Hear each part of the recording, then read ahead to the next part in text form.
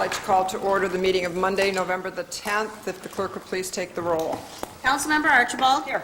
Councilmember Ashford. Present. Councilmember Cole. Here. Councilmember Harris. Here. Councilmember Lewandowski. Here. Councilmember Ruiz. Here. Mayor Rep. Here. You have before you the minutes from the regular meeting of October the 27th. Is there a motion to receive and file? So move. Councilmember Ashford, is there a second? Support. Councilmember Cole, is there any additions or deletions? All those in favor, please signify by saying aye. Aye. Any opposed? Minutes stand as submitted. We have a presentation tonight. If the clerk would please read it. Kim Harmer, Planning Community Development Director, will give a presentation on the Pride in Port Huron program.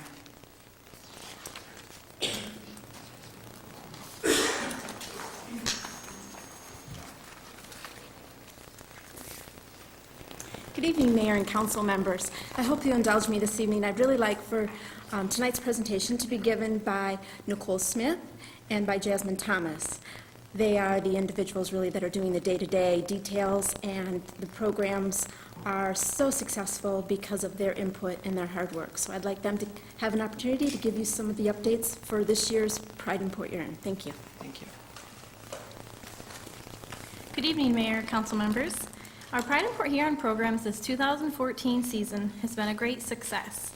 These programs were made possible by our resources such as our CDBG and home funds that we receive every year as an entitlement community, our local partners, neighborhood groups, citizens, investors, and local nonprofits, as well as our NSP3 program.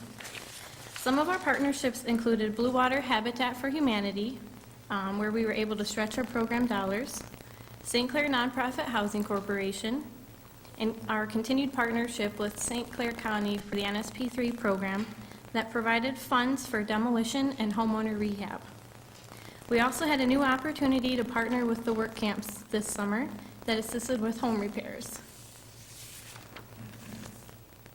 In utilizing these resources, we provided our neighborhood preservation programs.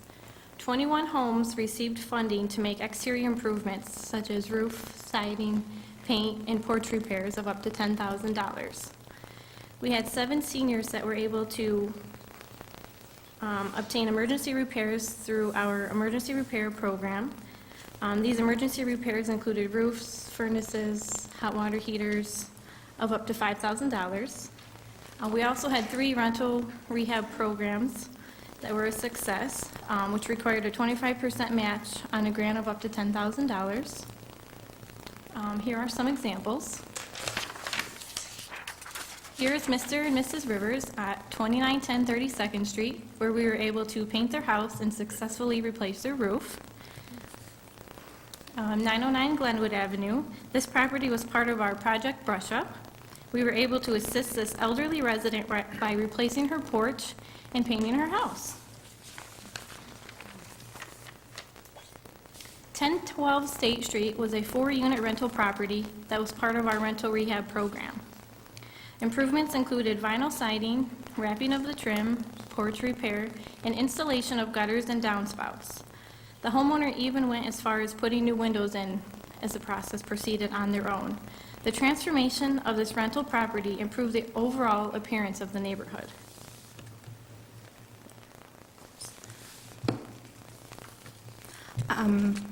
I'm sorry, I went too far. In collaboration with Habitat for Humanity and the summer work camps, we were able to provide these elderly disabled residents with improvements that included roof replacement, vinyl siding, painting of the foundation walls, wrapping of all the trim, skirting, and installation of gutters and downspouts. Here are some photos from the 2014 work camps. These are some of the volunteers that came from all over the country to help residents of Port Huron with home repair projects. We'd really like to thank St. John's Church for hosting the summer work camps and bringing them to Port Huron. Our most recent neighborhood cleanup was in October on Make a Difference Day. We partnered with Operation Transformation in the Old Town area. We collected 356 tires and 180 volunteers, raked leaves, cleaned up yards, and helped residents move items to the curb for trash collection.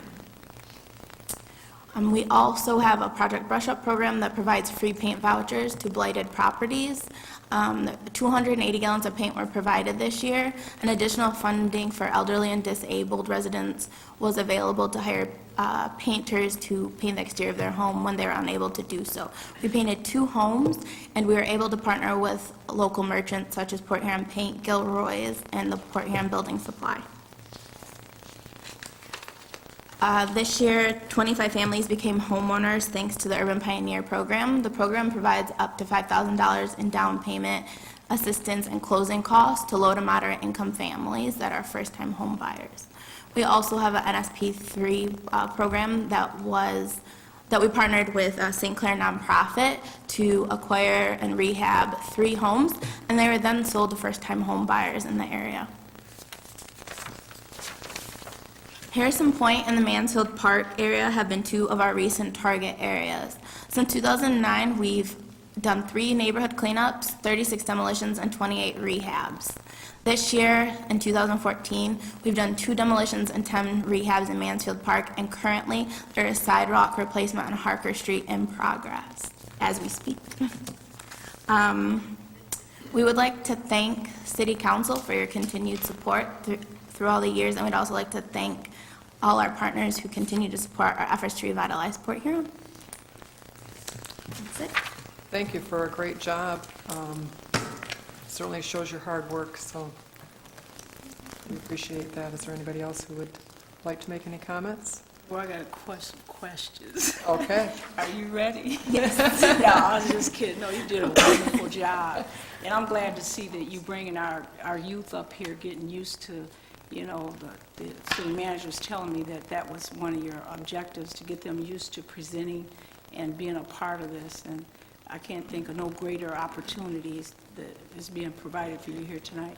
So what did you do with all the tires that you collected? We had a deal with Bell Tire. They were all taken there and disposed of. Okay, so they were recycled? Yes. Oh, okay, good. And then with all these programs, I'm glad to see that we're taking advantage of all of our programs that the federal government, that's allowing us to help rebuild our city and revitalize it. So do we have any targets that, you know, sort of like to showcase? And you did a good job. I know they're all over, because I saw in the slides where you're on the north, south end, and central, and they're spotted. But do we have a showcase that we're building towards to do like a neighborhood? Or you probably can't, but Kim, do you have that in your strategic plan? It's a good question, Councilmember. We do, in that what we've looked at is for the next 5 years, trying to pick 1 or 2 neighborhood areas that each year we concentrate on.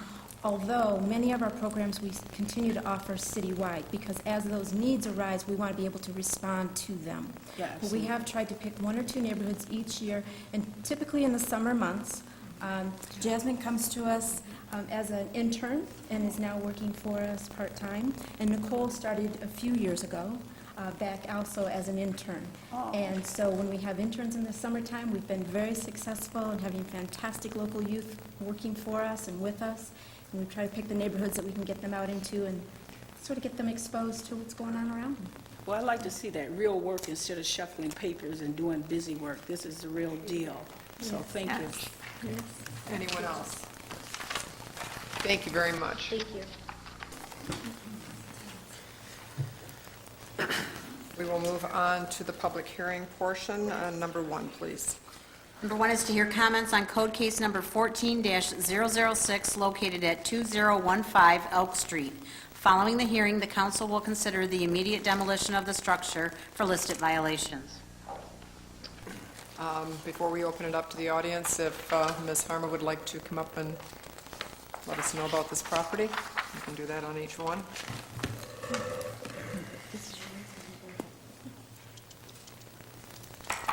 2015 Elk Street has been vacant for some time. The water was shut off only recently, though. The property itself is on a 54-foot lot. It is a buildable lot, but as you can see, because it's been empty for a little over a year, and unfortunately, some individuals have gotten in and created some damage, There's no response from the property owners, and we did try to contact them. It's through a variety of property holding companies. In fact, one of their representatives did meet us out for the original inspection, and then after we gave them the list of the repairs that would be required, they did not return our following phone calls, so. Okay. Thank you. Is there anyone in the audience who wishes to address the council on this code case on 2015 Elk Street? Seeing no one, I'll declare the public hearing closed and ask for a motion to demo the property. Thank you, Mayor Pro Tem Archibald. Is there a second? Second. Councilmember Harris, is there any discussion? Mayor Rep, Yes, Councilmember Lewandowski. question for Kim. She said it was a buildable lot. You said it was 54 feet? It's 54 feet by 100, what it was originally platted that way, so. I thought it was 70 or 75 for a buildable lot. It is if we're going to create a new lot through a lot split or something to be, Okay. if you have adjacent property owners together. Thank you. You're welcome. Any other discussion? We'll take the vote. Councilmember Archibald? Yes. Councilmember Ashford? Yes. Councilmember Cole? Yes. Councilmember Harris? Yes. Councilmember Lewandowski? Yes. Councilmember Ruiz? Yes. Mayor Rupp? Yes. We'll move on to public hearing number 2. Is to hear comments on code case number 14-008, located at 20087 7th Street. Following the hearing, the council will consider the immediate demolition of the structure for listed violations. Go ahead. Mayor and council members, property at Minnie Street. We have had some 7th Street, 7. 20087. Well, it would help if we started with it. They both have the same number address, they're just 2 different streets.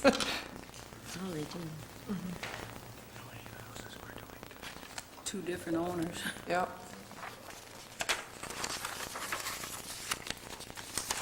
Kim, I have, oh, yeah. Well, let's see how well I do on the cuff here. 2008 7th Street. The problem that we've had with this is that the property owners of record, one has passed away, the other one has not been able to be found.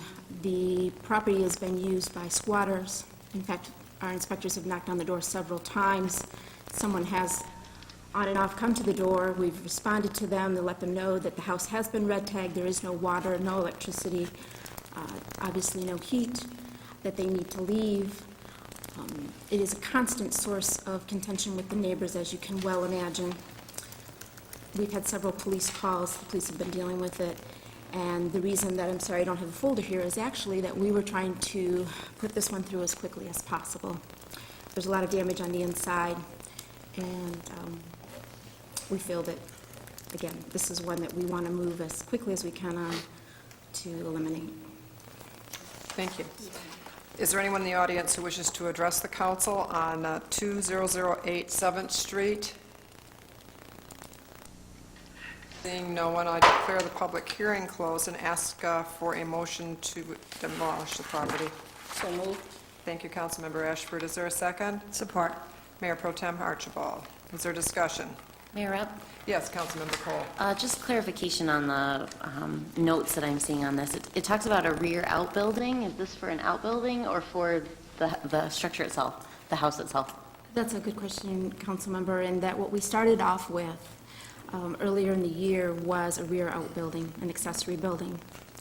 And then, once we found out that the owners of record were not able to respond to us, and we received complaints with regards to the continual yard issues, we started to investigate it a little further.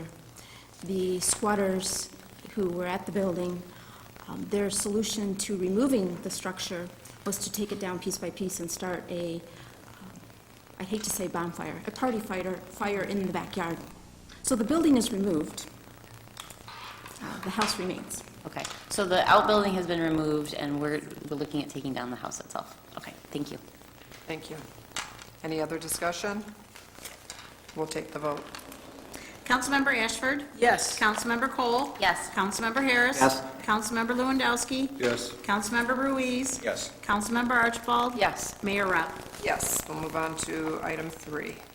is to hear comments on code case number 14-009, located at 2008 Minnie Street. Following the hearing, the council will consider the immediate demolition of the structure for listed violations. All right, let's try this again. 2008 Minnie Street has had the water shut off since 2010. There are back property taxes due in excess of $12,000. There's also fines that are owed to the Administrative Hearings Bureau for blight complaints, a little over $1,200. The property,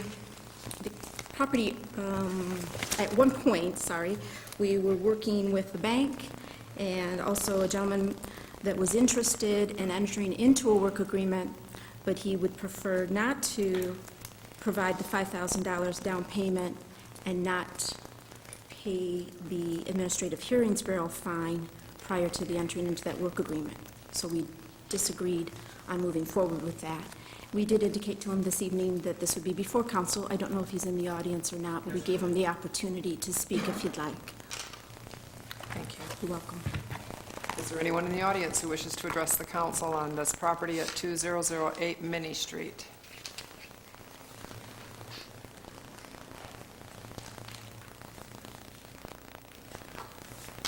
Hello, my name is Mark Reynolds for Iron House.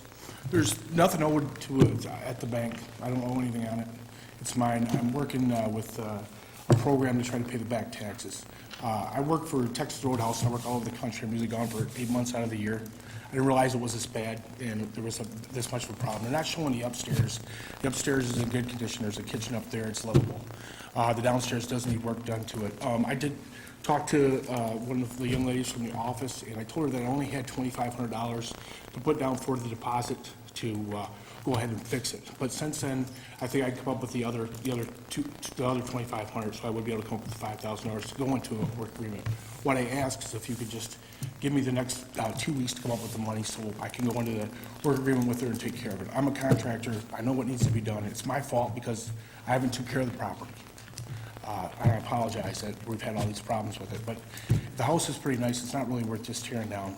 For one, if you do that, you're not going to get the money for the taxes, or you'll have to pay to get it demoed out. I know eventually I will have to pay it, but it's not going to help the city. You're better off having someone in there and the taxes being paid. I've lived in Port Huron my whole life. My father owns Holmes Trucking. My oldest brother is Dickie Reynolds. He's the business agent of the Carpenters. I mean, we're all people of our word. I give you my word, I will take care of it. If you could give me a couple weeks to talk to what's your name, Pam? My name is Kim. Kim, hi Kim. How are you, Mark? Nice to meet you. I had called, I came home last Thursday. I called on Friday, as I seen it was posted on the door. The problem is my address was there, so they were sending stuff there. I've never got a restricted letter or anything about this, so I didn't know it was that bad. I knew there were some blight issues, and I'm going to be honest with you, I should have took care of it, and I didn't. But like I said, it's a shame just to let it go. When I found out, I called down and talked to John, and John said, we'll talk to Kathy. I talked to Kathy, and she said the only way that I could do anything was to come to the city. Then I called again last Friday and talked to John. He said, come on down. So we went over all the issues in the house. I talked to her assistant, too, and I just wasn't really able to come up with the whole $5,000. But if you give me a week or 2 weeks, I'll be able to come up with $5,000. I already have $2,500 saved in my my bank account. I also, my dad owns Holmes Trucking. He has a account at Tunnel Lumber, or not Tunnel Lumber, but Corrigan Building Supply, and he said I could use it to buy anything that I need to buy.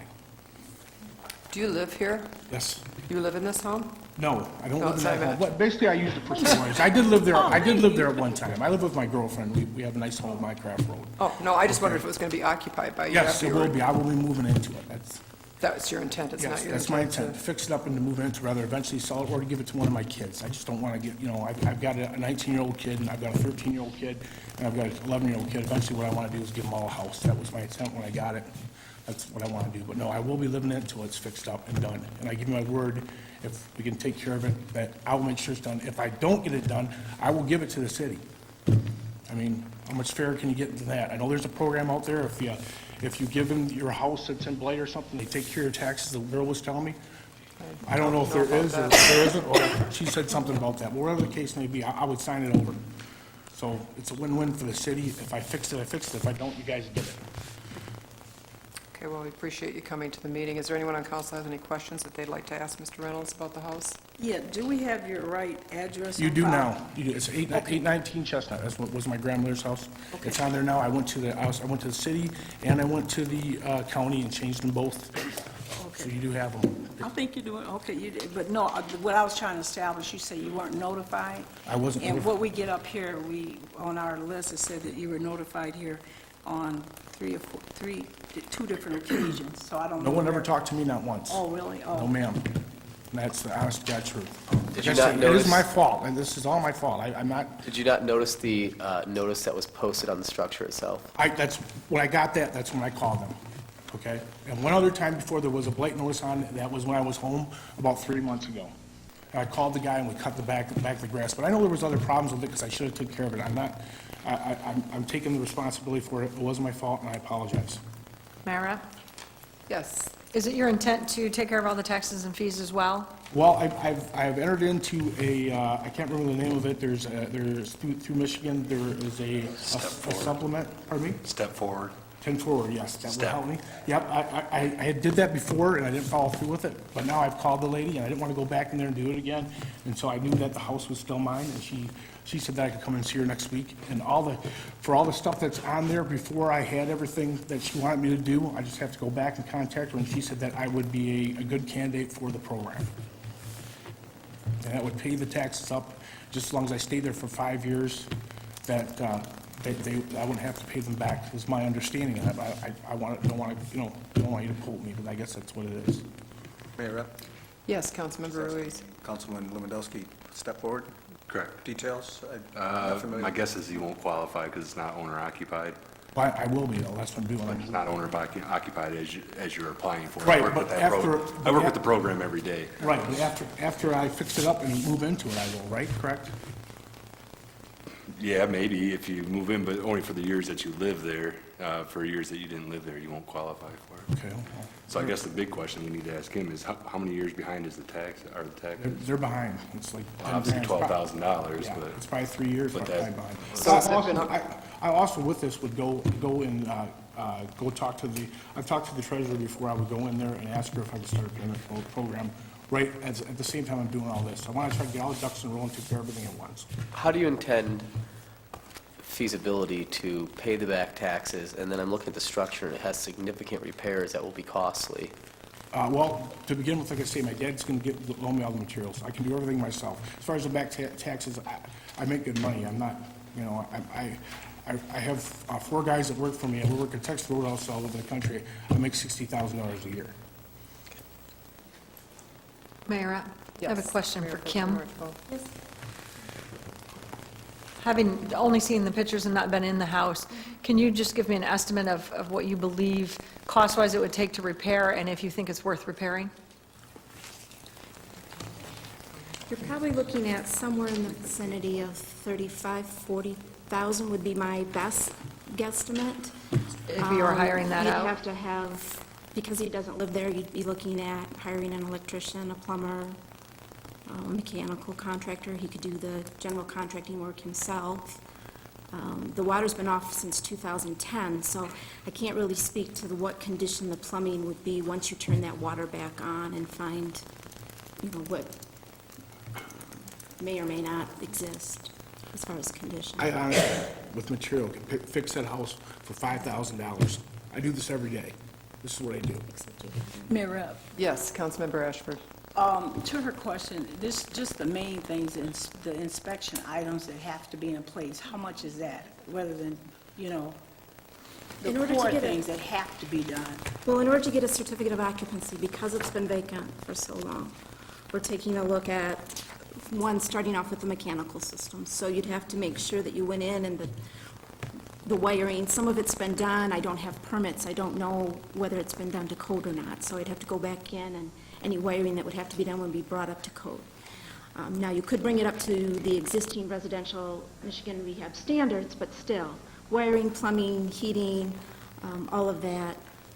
Typically, you're running, well, we've all had it done in our house, 5,000, 6,000 maybe each. you can see the exterior as far as fascia board soffits, things of that nature that would have to be done. Now, Mr. Reynolds could probably do that himself, and for the cost of materials.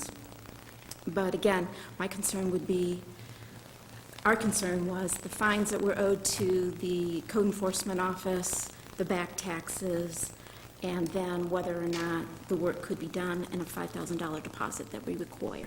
The reason we require the deposit, just so that everyone understands, is if for some reason the work isn't completed, and they start the process, they don't go forward, we've gotten burned in the past, so now we require this deposit. We use that deposit then to cover the demolition costs. As Mr. Reynolds pointed out, with the back taxes, once someone walks away from a property, we put our lien on for demo costs, but you're not going to get that back. No one's going to turn around and buy that home back for the cost of the back taxes, plus now the demolition costs that are liened. So we try to get something secured for the city. Are they able to approve a motion allowing him 3 weeks to make that deposit? If no deposit's made, then you're authorized to demolish? Is that something we could entertain? That would be perfect for me if you could do that. If you could give me the 3 weeks, I'd appreciate it. Is our next 2 weeks is our next council meeting. I would, Mayor Rep. Yes, Councilmember Lewandowski. Kim, how far behind are they 3 years or more? well, my records show that it was purchased by Mr. Reynolds in 2009. The last time that taxes were paid It was 2010, was in I think. 2010. Actually, a 2009 summer bill, a 2010 winter bill. So how did it not get foreclosed on last year by the county? That I'm I sorry. I don't know. asked for a one-year extension, and they gave it to me. Okay, but We'll discuss. county's foreclosing on 2012s now, Well, coming up, so, I mean, you had the 10s and the 11s. Step forward, my What's got- guess, hold on, step forward, my guess is that you're not gonna be approved before March, when it will go March 31st, you'll lose the house because of the okay. taxes. I'll go in before I come back to council and make a payment agreement with the county too. How's that? If they'll accept it, Yeah, because they might already be up for auction at this point. it's very possible it could be. Have on you the auction. checked to see that? Because I went in there and talked to him, I got the bill on it, but the lady So I that think the does auction- it, the lady does that was not in there, but, I mean, if you, let's say you give me not to this next councilman, but the next one, what is it, 1 month, I'll go in there, and if I can get all this stuff done, fine, if not, just go ahead and done one. I mean, it's fair, all I'm asking for is time to take care of it. I know it's my fault, and I apologize, but at least I'm here trying. It's not gonna make you any money by tearing it down, you're not gonna get anything out of it. And I do understand, and I apologize, I'm just trying to save it, so eventually I can give it to one of my kids. Yeah. And I would live in it and get it fixed all up the way it's supposed to be. I'm a man of my word, if I say I'm gonna do something, I do it. And like I say, if I can't do it in the 4 weeks to the next council meeting, or 3 weeks, whatever it may be, then you may have the home. 2. Mayor Rep, Was there Yes, any way I can Councilman get- Bradford. the council makes that decision. Yes. Oh, okay. Yeah, you're just saying the In next 2 meeting weeks. is Oh, I in thought 2 you weeks. said. No, I'm No, just no, saying, no. whenever it Don't is. put pressure on yourself, it's obvious. That's why I'm You're up asking, here. is there any Yeah, way I could get 4 weeks? We're going to discuss that as a Yeah, we've body. discussed that, so Yeah. we've listened to your But I was comments, just so we're done with that portion of it at this point. So, yeah, we're done with this portion of it, and we don't even have a motion on the table at this point, so Okay, we thank you appreciate very- you coming Thank forward. you very much for your time. We will discuss I it. sure appreciate it. Thank you. Is there anyone else who would wishes to address us on this code case at 2008 Minnie Street? Okay. Declare the public hearing closed and ask for a motion from council to either have it demoed or to postpone action, whichever one. I'd like to move that we postpone the action, but I know we want a date on that. Yes, with a date Is that- certain. How much do we usually give? Is it 30 days, or what's the protocol here? Well, we have in the past either given them, usually we go by council meeting dates, so either 2 weeks or 4 weeks. Okay, I'd suggest 4 weeks, because when you're up there, I mean, it's kind of under pressure. I could feel that, you know. So the first council meeting of December would be the 8th of December. Yes, yeah, okay. I'd like to put that inside the motion. Postpone action until December the 8th. Correct. Mayor Rep, Is I there a don't second? know, I don't know if this would be appropriate time to ask. I have to ask for a second first.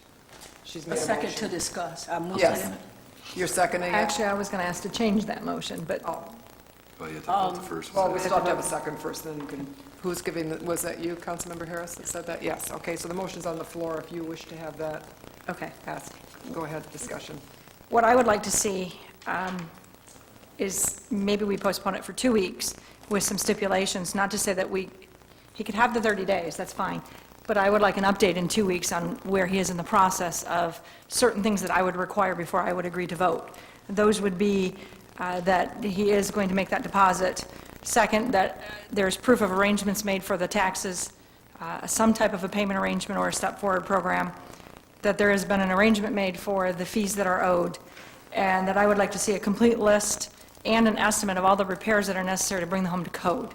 At that point in 2 weeks, if that is all satisfactory, or at least enough of it, then he could have the next 2 weeks then to continue. I would, Mayor Rep, I'll just ask for a point of clarification. When we do make this motion that I made, do you generally get all that in that package? You do get an update with the individual? I can put together whatever council would. A package, would yeah. like, So I don't yes. think it takes another motion to put that on there. I would like to include all that we do have as updates.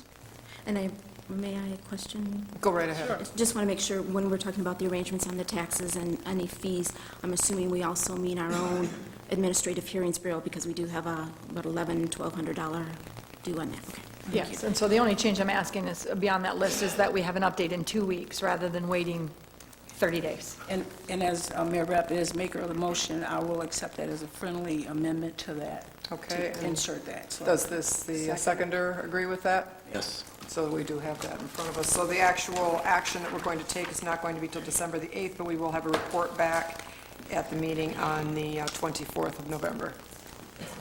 Correct?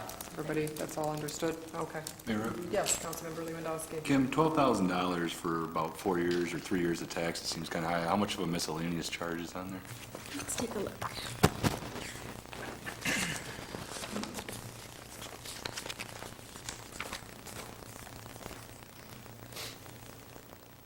Starting off in 2010, we had, it shows let's see, back taxes of $3,149, an additional $2,000 added in 11, $2,200, $1,600 in 2012, and $1,460 in 2013. It doesn't give me the penalties that may be due, so Okay. it's going to be a little bit So excess. there's no water bills or nothing on there then, or sidewalk assessments? Water bill shut off in 2010. There was $75 due for a manual read charge at that time, and it doesn't look like it was paid. Okay. Okay. Any other questions, discussion before we vote on the motion? Take the vote, please. Councilmember Cole? Yes. Councilmember Harris? Yes. Councilmember Lewandowski? Yes. Councilmember Ruiz? Yes. Councilmember Archibald? Yes. Councilmember Ashford? Yes. Mayor Rupp? Yes. We'll move on to the next public hearing, which is number 4. To hear comments on code case number 14-011, located at 2204 Stone Street. Following the hearing, the council will consider the immediate demolition of the structure for listed violations. Mayor and council members, the property at 2204 Stone Street, we've actually worked with the son of the property owners, and he is in agreement with the demolition to go forward. His father is in assisted living, and they've acknowledged that, they're not able to do anything with the property, and in fact, they would prefer to work through one of our programs. The father would qualify for one, and so we'd be happy to put him through one of our grant funding programs and help him out in that respect. Okay. Is there anyone in the audience who wishes to address the council on this code case at 2204 Stone Street? My name is Alan Skinner, and just a question. Is the property after the demolition on a buildable lot? And if so, how would it be purchased, or would it revert to a tax sale through the county? Okay, actually, I can have Ms. Farmer answer that question for you right now. Be happy to. The lot actually is not a buildable lot. It's 44 feet wide, and what would happen is we would place a lien on the property. There are some appears that there are some back property taxes due in a little over $2,000 rather. If that were to go through a tax sale at that time, then it would be available to the public through the public auction. But it probably would take 2 to 3 years before that will come up. The only other difference would be if the property owners now, if the son were to obtain the property, or if his father were to want to, to deed it over to the city. Then what we would do, because we would use grant funds for that, we would split that between the adjacent property owners and gift it, since it's not a buildable lot. Thank you for the answer. Is there anyone else who wishes to address the council on this code case at 2204 Stone Street? Mayor and Council, I just asked you to, if you look at the photos, one of the photos shows the remnants of what appears to be a one pot, as we call, for a meth lab there. The bottles there, and propane and stuff like that, and you see the toilet's not usable, there's a bucket there. I just asked that if your council's not going to order this tore down, that we make sure that the house is secured, that there's no way for squatters or other people that are flooded. Thank you. Thank you. Is there anyone else who wishes to address the council on this code case at 2204 Stone Street? Seeing no one, I'll declare the hearing closed and ask for a motion to approve demolition. So moved. Thank you, Mayor Pro Tem Archibald. Is there a second? Second. Councilmember Cole. Is there discussion? We'll take the vote. Councilmember Harris? Yes. Councilmember Lewandowski? Yes. Councilmember Ruiz? Yes. Councilmember Archibald? Yes. Councilmember Ashford? Yes. Councilmember Cole? Yes. Mayor Rep. Yes. We'll move on to number 5. Is to hear comments on code case number 14-012, located at 1503 Howard Street. Following the hearing, the council will consider the immediate demolition of the structure for listed violations. Mayor and council members, the property at 1503 Howard Street. The water was shut off in April with a past due bill of a little over $350. County tax records show that there's in excess of $10,000 due in back taxes.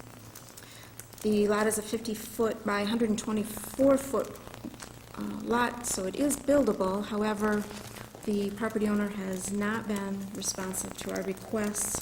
We did do an inspection through the use of an administrative warrant, and as you can see by the pictures, found the interior to be in disrepair, and decided to move ahead as a potential cold case for your review.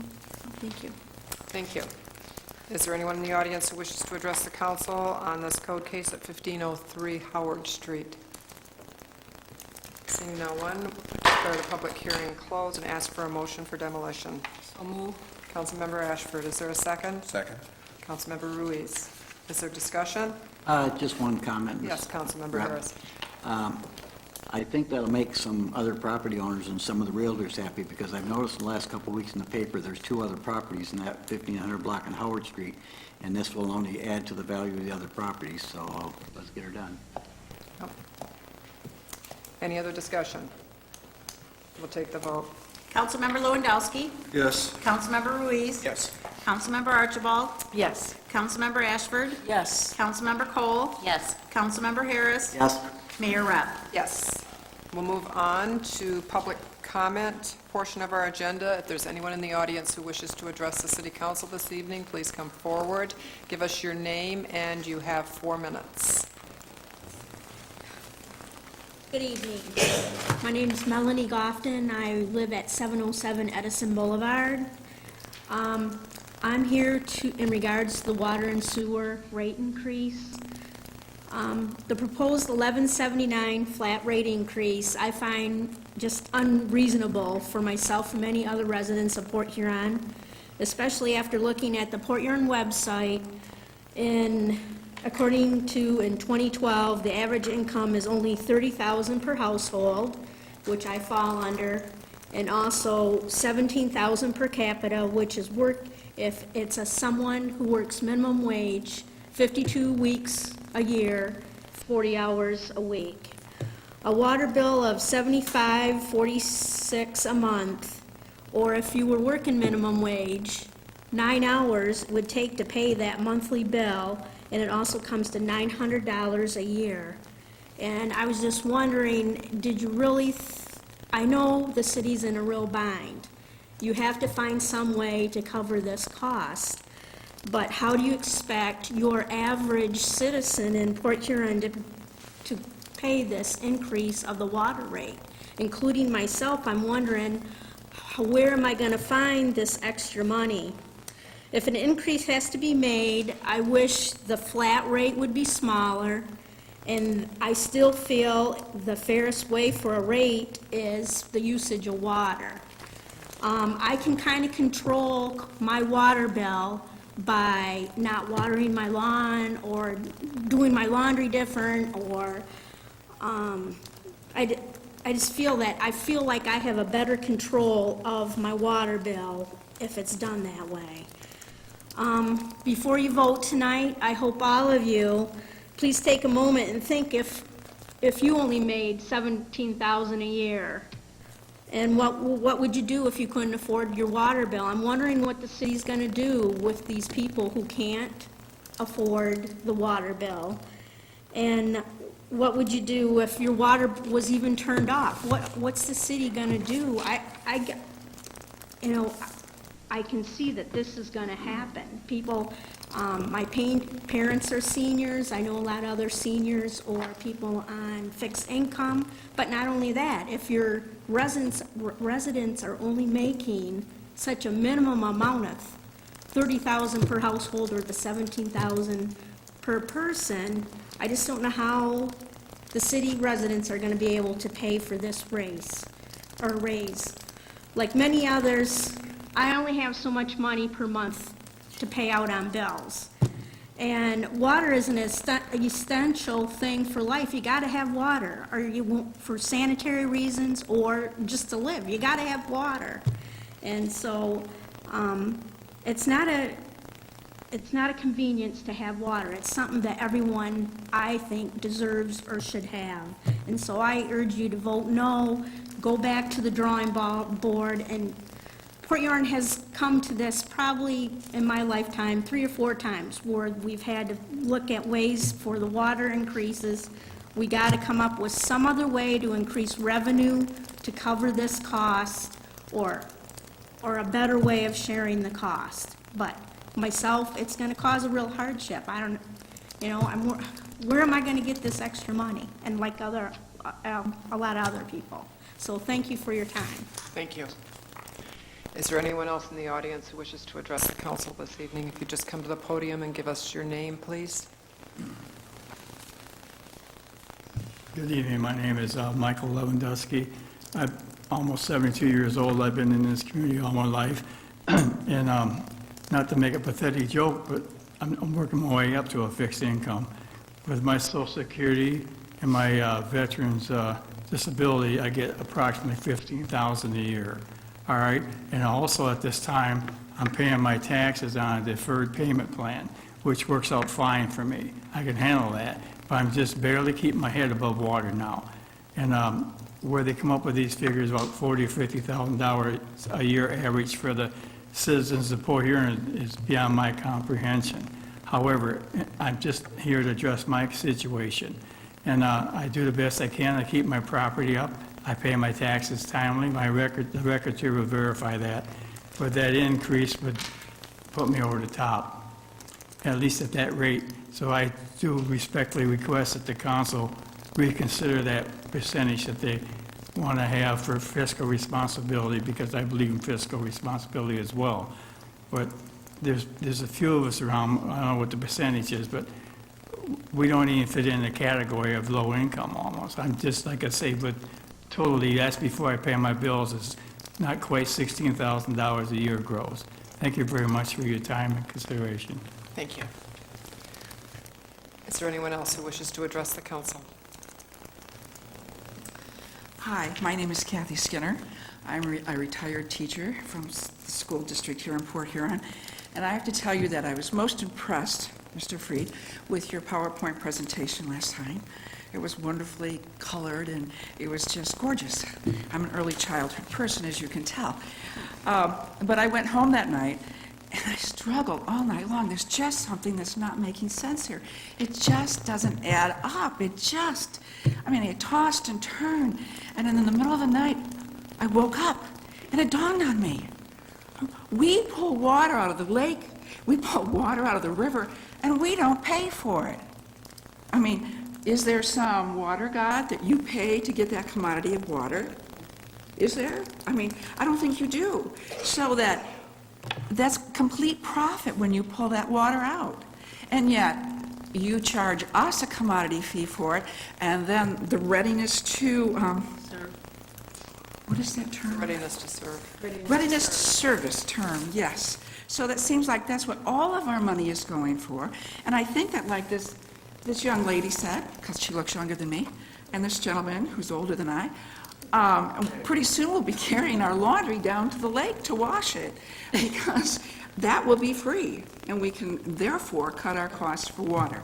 I understand it's hard, but there's just something that just still doesn't make sense when we get the water free, and then you charge the people what you charge them, and we're supposed to go, oh, thank you.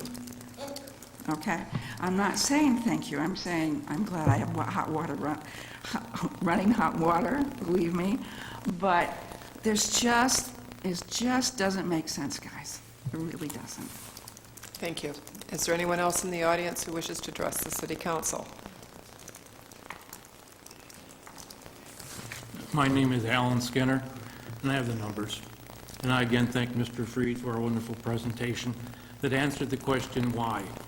But since in the last 2 weeks, I haven't seen anything publicized or discussed or printed about what.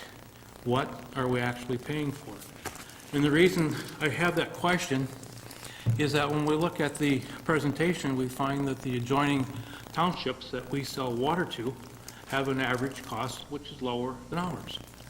Our water being sold to the 3 surrounding townships, their customers pay an average amount less than we do for the same processed, purified water and regularly distributed to them. I don't understand that part of the number. The flat fee is I forget my numbers. I think it's 40% increase in the ready-to-serve fee from $30 for a residential customer, from $30 water and sewer to $42 roughly, $12 increase. That's a 40% increase. That's a horrendous increase. Like the other lady suggested, other revenues should be found. And it gets back to my question of what? Is the regular water and sewer consumer in this city subsidizing heavy discounts to some other customers, discounts to industry, schools, hospitals, other lower rated costs? Or maybe we're not charging the townships enough for the money, for the water that we deliver to them. Let me briefly look at my notes.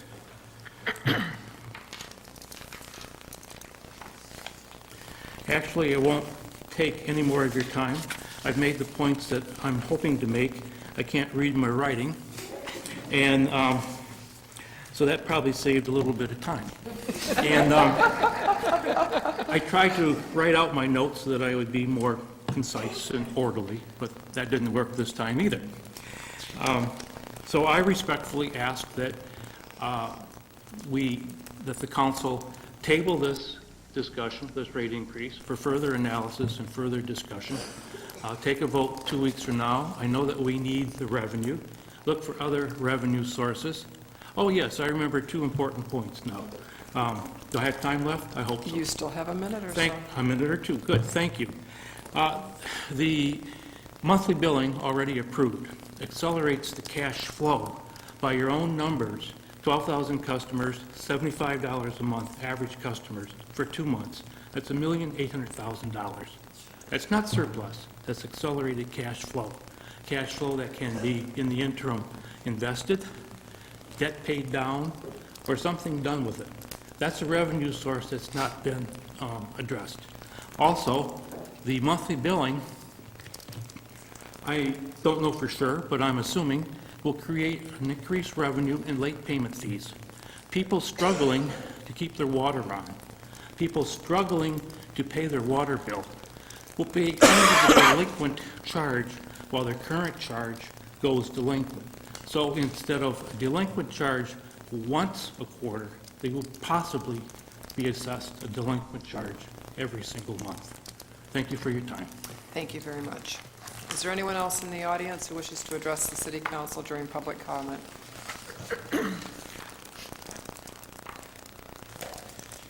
Good evening. I came to you 2 weeks ago, and I know my agenda isn't the water. Part of it is, though.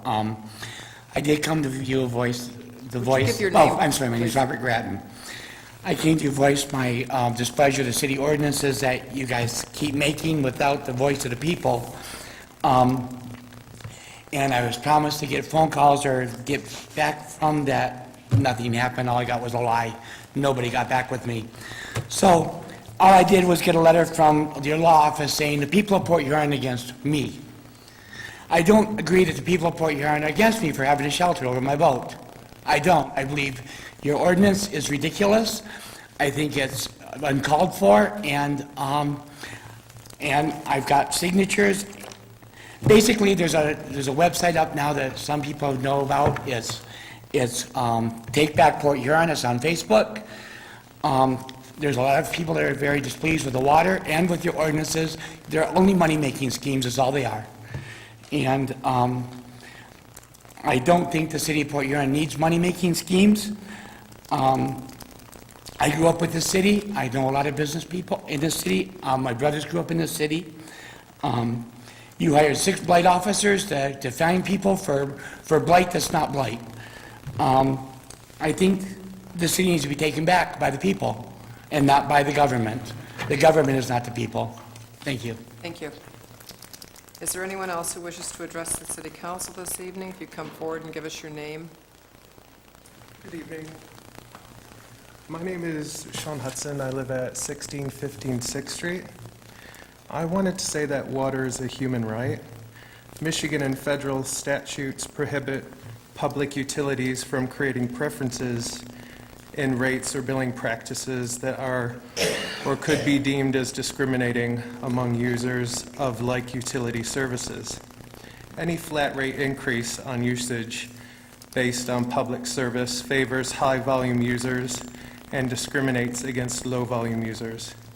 The proposed 39% increase on the ready-to-serve rate is clearly an attack on individuals within the community who are disabled, indigent, or on a limited income.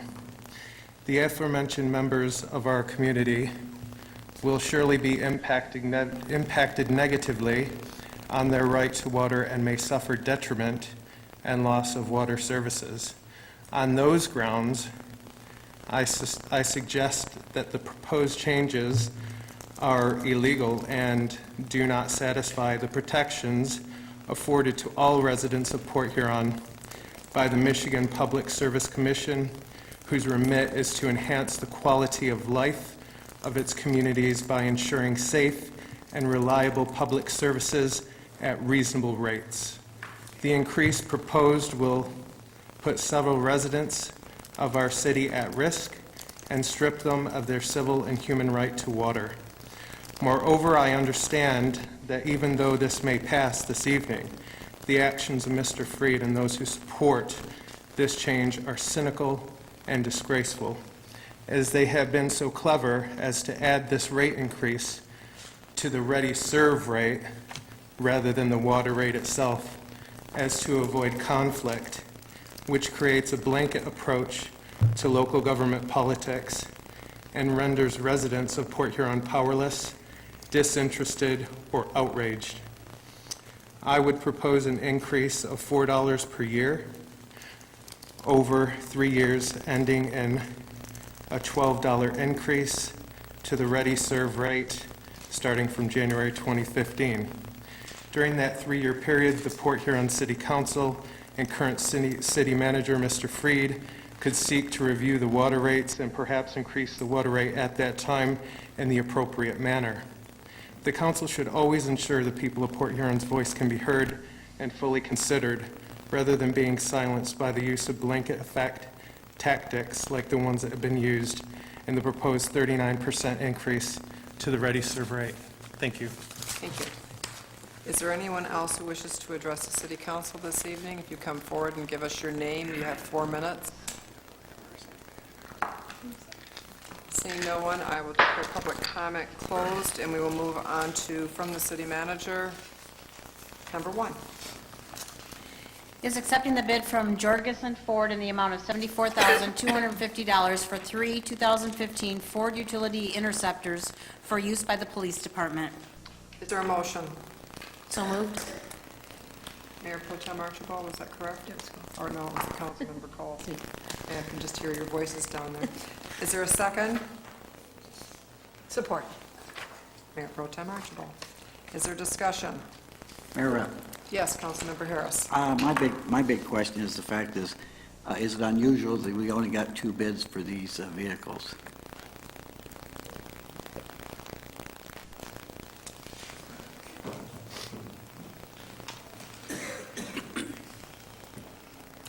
Mayor Rep and council members, the city uses a very open process for the bidding of all its items. These items were bid on Mitten. They're also in Mitten is a place where we regularly get bids for all our vehicles. It just so happens these types of police cruisers are sometimes not every car dealer wants to carry police interceptors, because it doesn't add to their selling of and marketing of regular passenger vehicles. So that might be why you see so few bidders in this particular case. Well explained. Thank you. Is there any other questions for Mr. Clegg while he's up there? Mayor Rep, Yes, Councilmember Lewandowski. does this come with the cages and the lights, or is that separate? No, that is separate.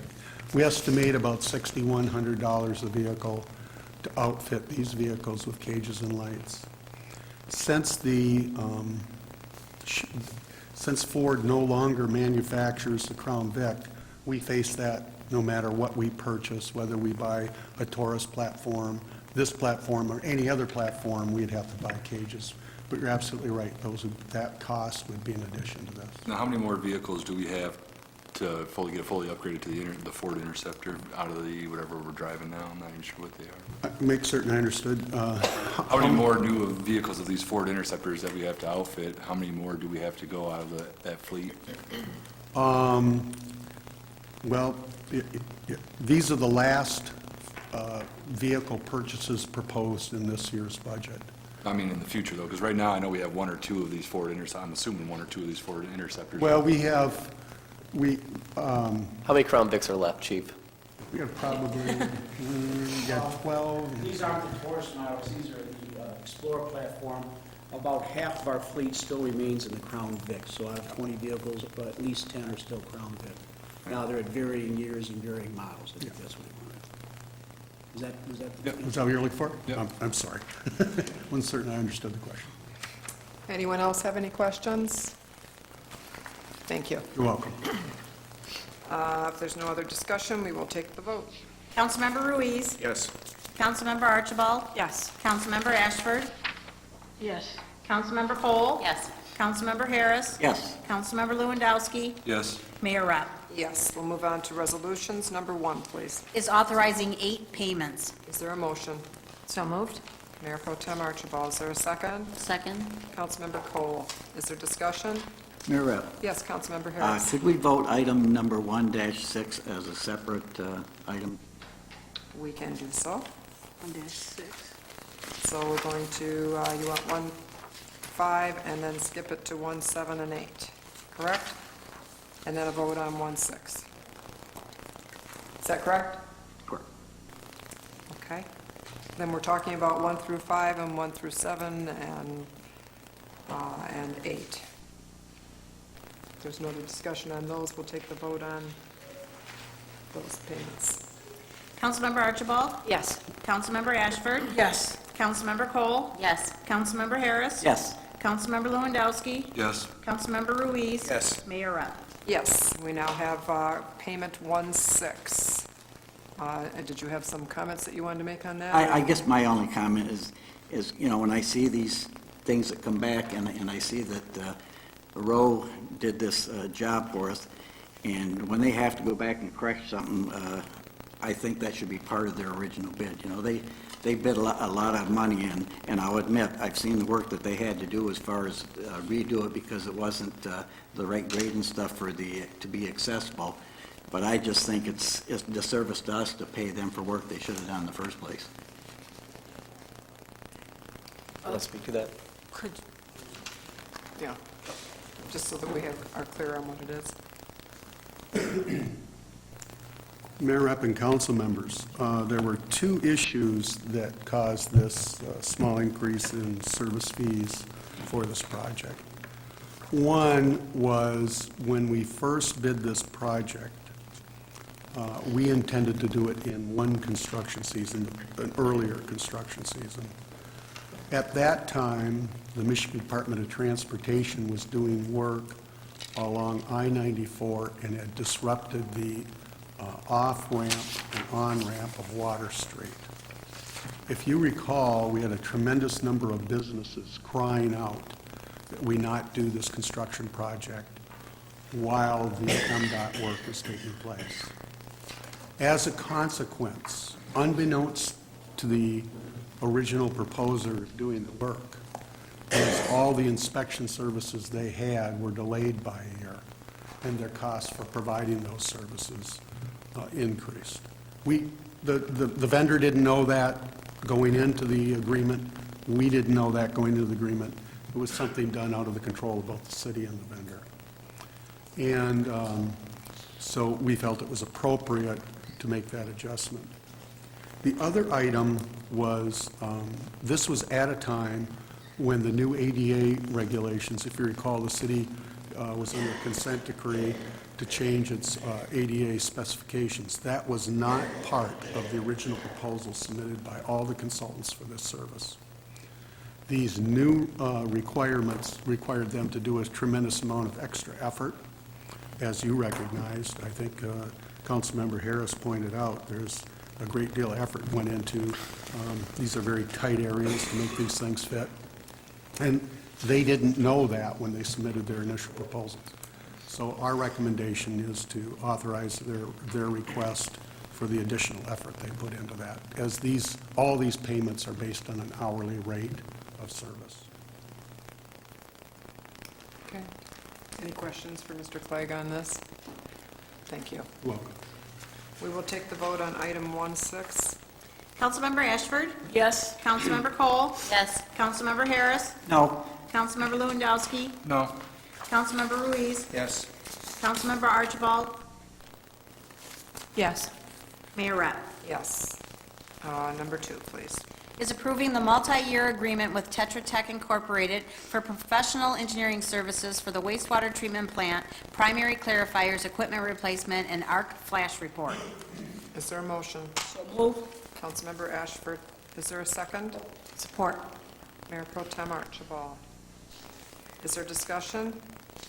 Mayor Rep, Yes, Councilmember Lewandowski. I guess we need to ask why we need to have an engineering study to replace the clarifiers.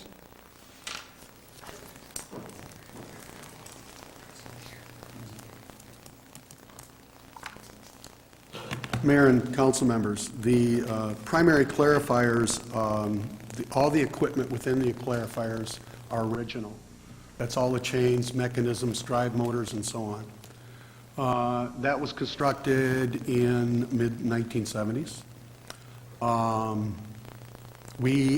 In each case, when we look at replacing equipment, we want to bring in the latest engineering availabilities. My example would be the air handling system that was done several years ago, where we saved a significant sum of money with more energy-efficient use of air handling. If we would have just went in and just replaced in kind, the city would not have realized the kind of savings we have. In that particular project, the savings was such that the payback for the entire project, which needed to be done anyway, was about 4.5 years. I'm not suggesting that that is necessarily the case with this project. But it is always in our best interest to bring in professionals that are experts in this particular field, to look at what changes we're going to make to our equipment and make certain it's of the latest design and capabilities.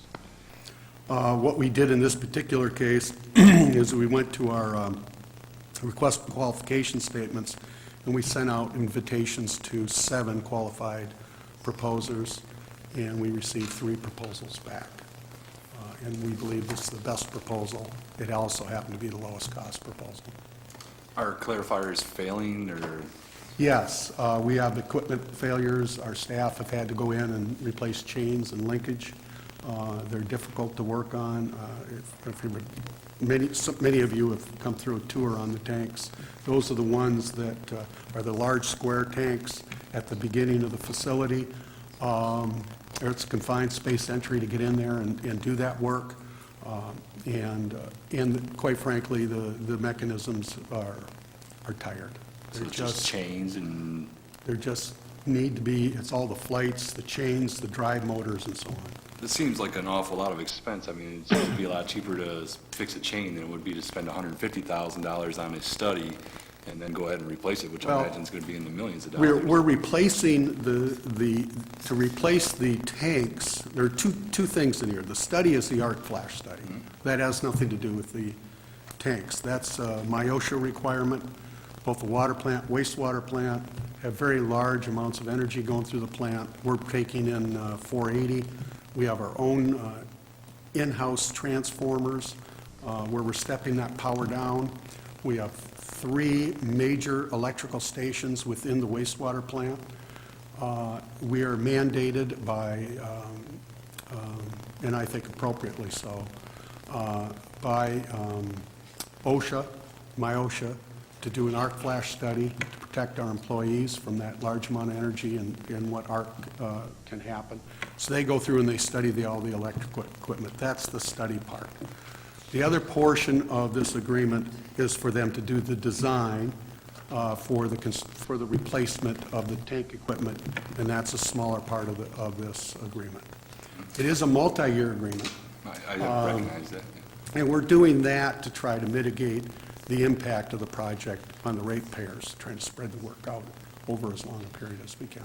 I guess I'm just not getting the concept as why replace it if it's just some chains that are breaking every now and then and it's still working to the proper, this is part of the reason why our water bills are going up, because we keep replacing this equipment. If this is something that doesn't really need to be replaced, then why are? Well, in my professional opinion, it does need to be replaced. And that is because it's more than just chains. There's drive mechanisms involved and flights and so on. I understand your concern. I think it's a legitimate concern. But at some point, you have to go in and gut these systems and put in new equipment because you no longer can get fit. Your drive mechanisms aren't working properly, and you can't keep chains. You're wasting money because now you're damaging chains because the drive mechanisms aren't functioning properly. I'm not done yet. In that study, it also said there was part of the study was them going through and mapping out the electrical systems inside of there. That hasn't been done since I think. No, it has not been done. Since the 1970s, when the whole system was developed and installed, no one's ever gone back through. Look, we've replaced one of the 3 substations within the facility, but the other 2 are original equipment. And again, we have a tremendous amount of energy going into that building, running very large pumps and so on. In the aeration system itself, we've reduced the consumption, kilowatt-hour consumptions within the air blowers, but they still take a large draw of energy. And all of that, for the safety of our employees, we need to get through and get this arc flash study done, make certain that we take care of any hot spots within the electrical system that could cause a problem. But in there, it said something about tagging certain wires or something with 220 or whatever it might be going through. Why can't our city electrician do that? Well, again, we have one electrician to do everything the city does, including the electrical, the work on our bridges, all the traffic signals, all the city-owned exterior lighting, there's about 1,000 of those, and all our buildings and structures. That particular individual works very long hours. There is no possible way that one person can go through that plant and complete this type of project. So we just don't have the manpower to do it in-house. No, I appreciate your opinion. I am still going to vote no. I don't think it's something that's necessary that needs to be done right now, so I'm going to vote no on it. Councilmember Ashford? Yeah, well, Mayor, I think through his line of questioning, he did say that we actually just don't have the capability to perform this task. And what's the worst-case scenario? Well, we're bringing in actual electrical engineers That know what they're doing? of various, not just electricians, we're bringing in electrical engineers for the arc flash study. And again, that's to protect the health and safety of our employees. Okay.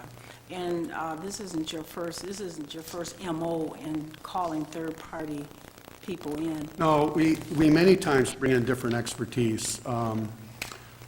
Our engineers are broad-based civil engineers. In this particular case, we need to bring in specialists that are electrical engineers.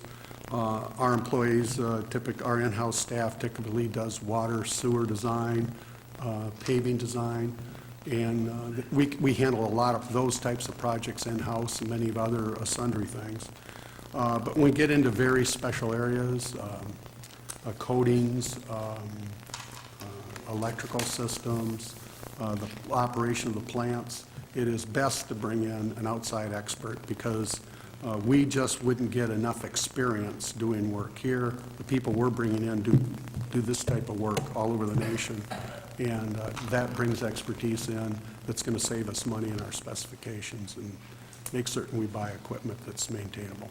And I do understand this is our water plant, and we have to be extra careful. It's like- Water and wastewater. And wastewater, and it's a Well, top this priority. particular one is the wastewater plant for primary. Wastewater, because you're talking about the SCADA system and all this kind of high-tech. Yep. And if you don't keep up with it, you find yourself in another water bill kind of a thing. That's You right. really be paying top dollar.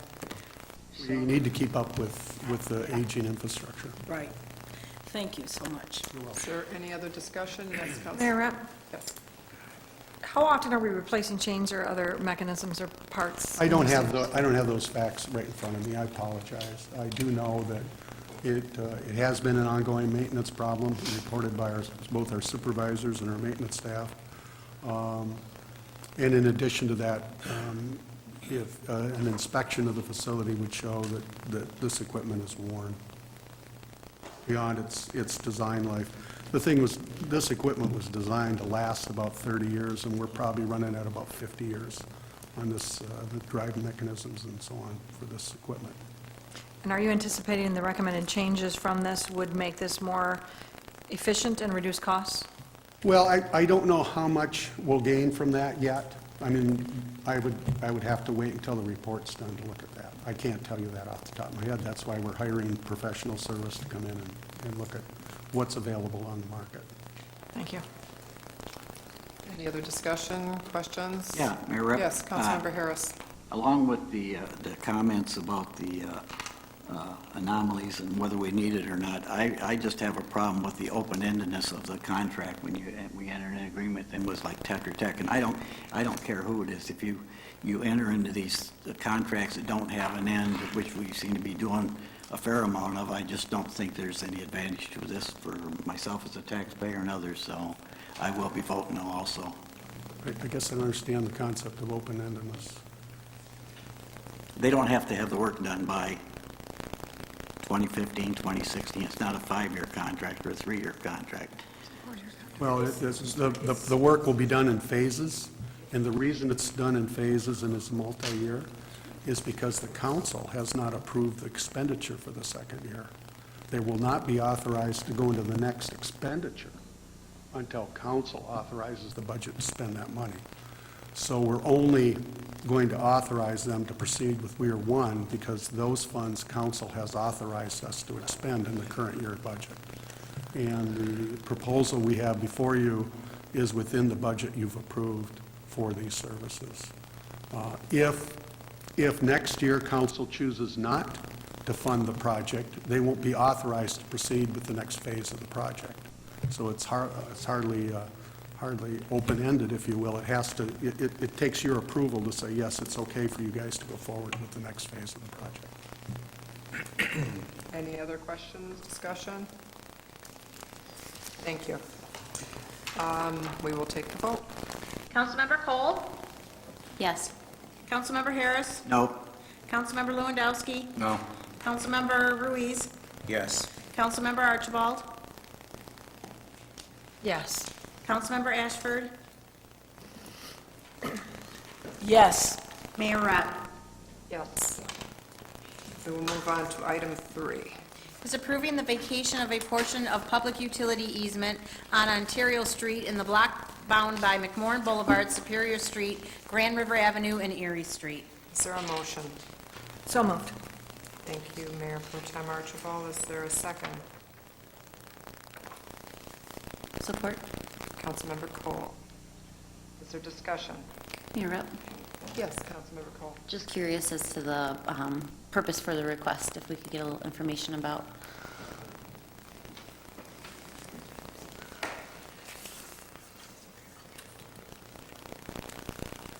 Mayor and council members, the request has come about, back in 2012, the city vacated a portion of what was known years ago, prior to 1965, as a portion of Ontario Street.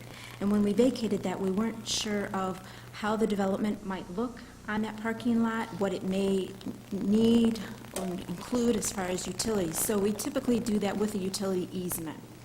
Since that time, as you're aware, Blue Water Transit has come in with some drawings and put together some ideas. They've indicated with their utility companies and with AT&T that any utilities that are necessary will be a private agreement, and there no longer is a need for this outstanding utility easement that's in the works or in the vocabulary of the legal description. So, Thank you. you're welcome. Thank you. Is there any other discussion? We'll take the vote. Councilmember Harris? Yes. Councilmember Lewandowski? Yes. Councilmember Archibald? Yes. Councilmember Ashford? Yes. Councilmember Cole? Yes. Councilmember Ruiz? Yes. Mayor Rep? Yes, we'll move on to item 4. Is confirming the appointment of John Quithie to the Downtown Development Authority to fill a vacancy for a term to expire February 9th, 2015. Is there a motion? So move. Councilmember Ashford, is there a second? Second. Councilmember Ruiz. Is there any discussion? Not only is John an active business leader in our community, he is actually a resident of the downtown. He resides in a loft downtown. When the vacancies were made available, some of the DDA members expressed a desire to actually find somebody who was residing in the downtown district to be their voice of the residents. And so he is the cave dweller up on top of one of the lofts. And so I think it's, again, you have a business leader, but you also have a resident who's a young professional in town and can offer that perspective to the Downtown Development Authority. And this is one of the recommendations that came from a couple of the board members. And so I felt it appropriate based on their recommendation. Mayor Rep. Yes, Councilmember Ashford. And I would just like to say, you know, I was actually impressed with his overall community service throughout the community, and plus his association with the downtown businesses. So thank you for getting that. Is there any other discussion? One comment. Yes, I think it's Councilmember Harris. disappointing that it's such a short term. I mean, it expires on February 9th, 2015, and Well, I it's a think shame he's that filling we... a It'd be nice to vacancy. extend the term beyond that, but Yeah. I guess that's Somebody not our resign. responsibility. No, when it comes available, when it comes vacant again in February, it just, he's filling a vacancy, we had a resignation, so I intend to reappoint him in February, pending your approval. Any other discussion? We'll take the vote. Councilmember Lewandowski? Yes. Councilmember Ruiz? Yes. Councilmember Archibald? Yes. Councilmember Ashford? Yes. Councilmember Cole? Yes. Councilmember Harris? Yes. Mayor Rep? Yes. We'll move on to item 5. Is approving the water and sewer rate adjustments. Is there a motion? So moved. Mayor Pro Tem Archibald. Is there a second? Second. Councilmember Ruiz. Is there discussion?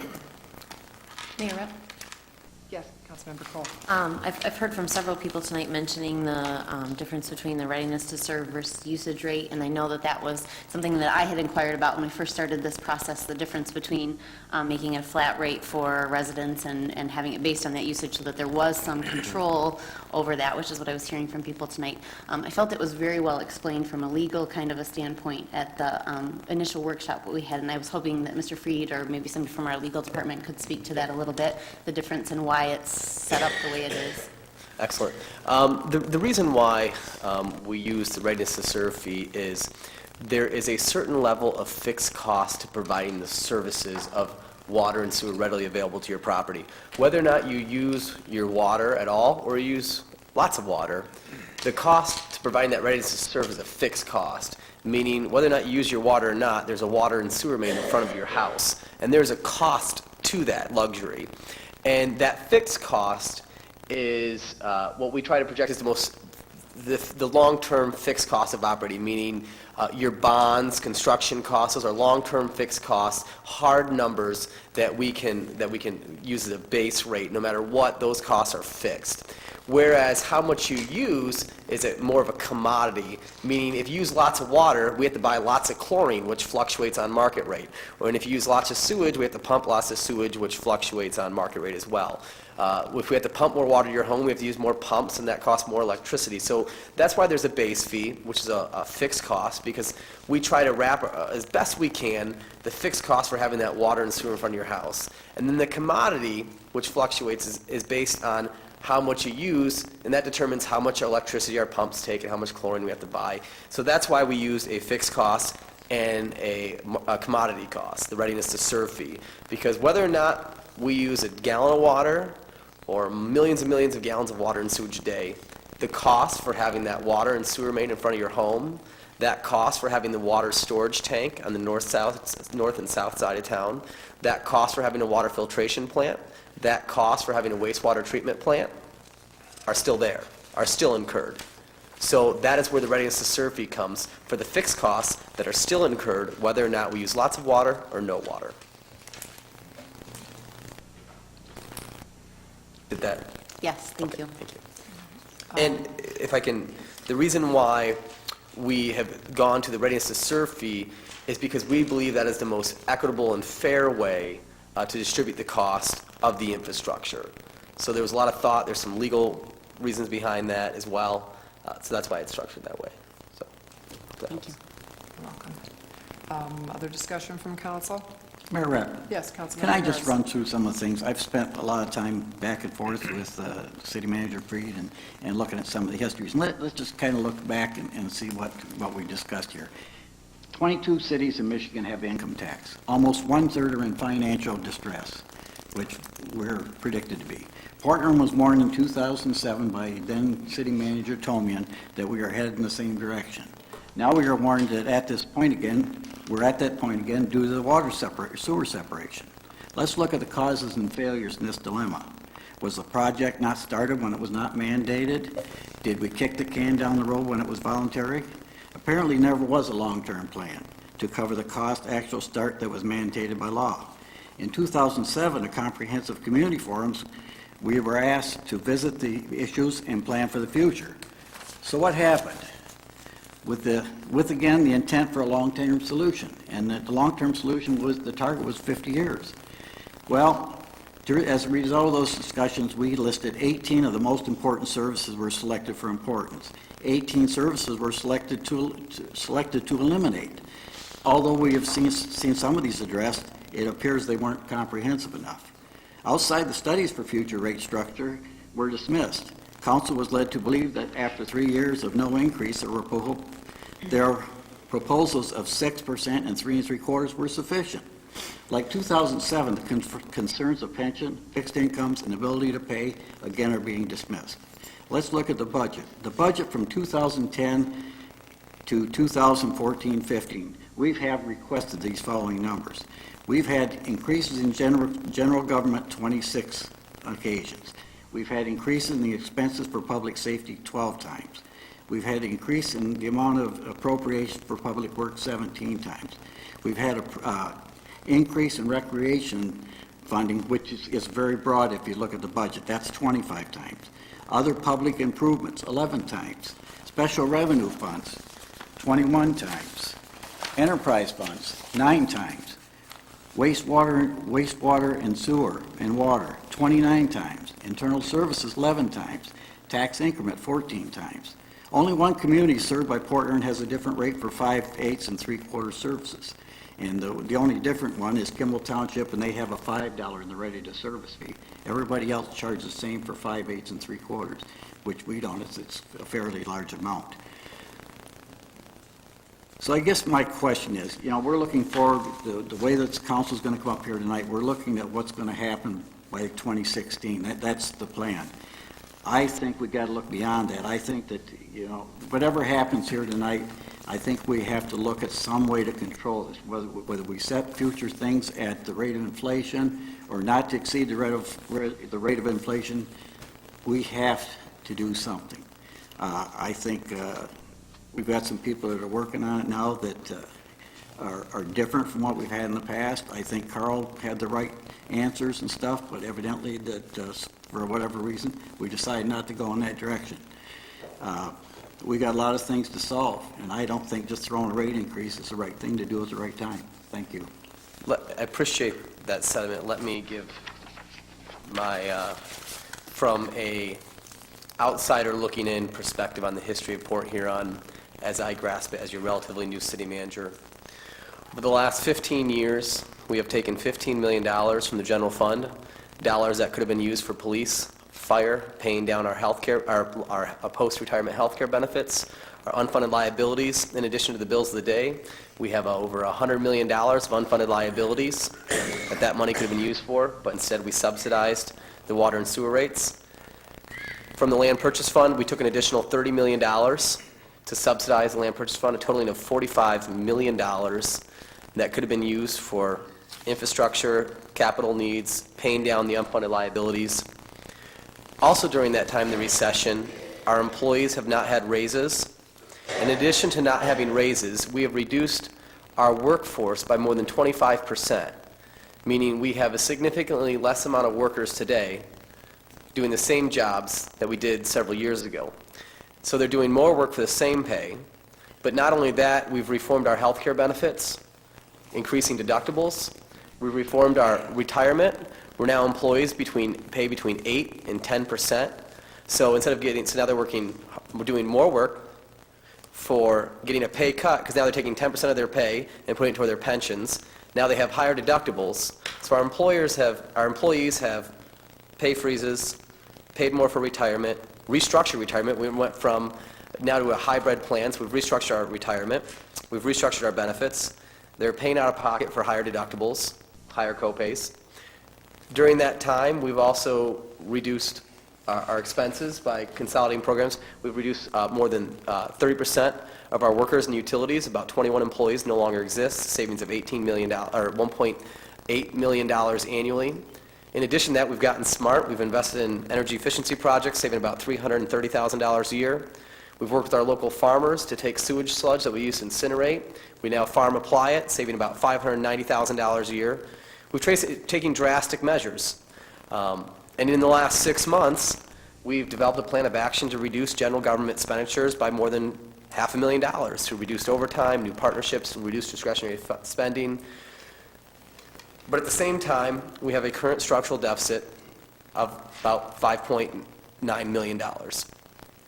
And we are rapidly depleting our resources. The plan before you, instead of patching the entire deficits with rate hikes, is a hybrid. We do rate hikes, and we continue to take our land purchase fund and subsidize the deficit to get us through the debt servicing bubble until 2022.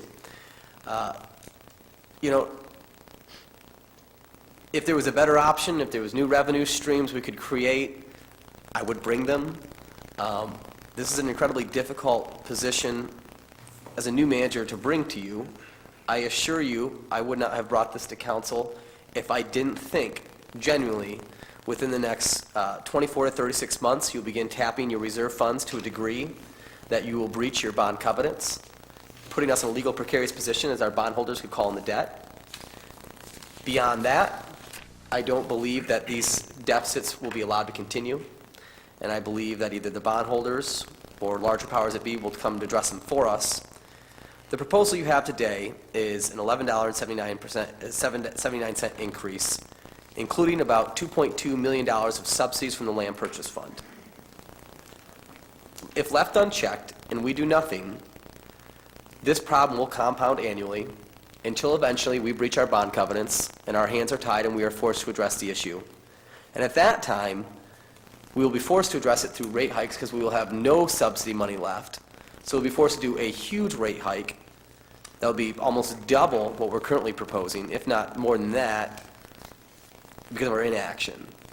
And so we've had numerous work sessions. We've tried to find the most fair and equitable way that meets judicial precedents set across the state on rate structuring.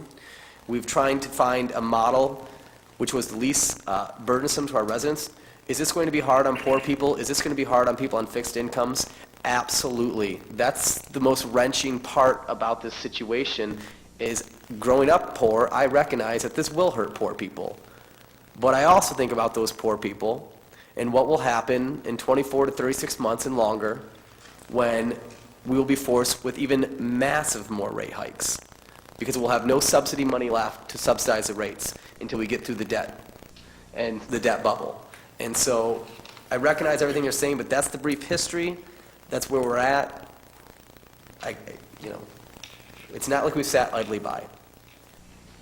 Mayor Rep? Yes, Councilmember Lewandowski. Just a couple of things I'm going to address on that. One, how long are we going to keep using this? We cut 25% of our workforce. They've been doing that since I've been on city council since 2007. Most of that happened over 10 years ago. A lot of it did. So I don't know how long we can keep using that.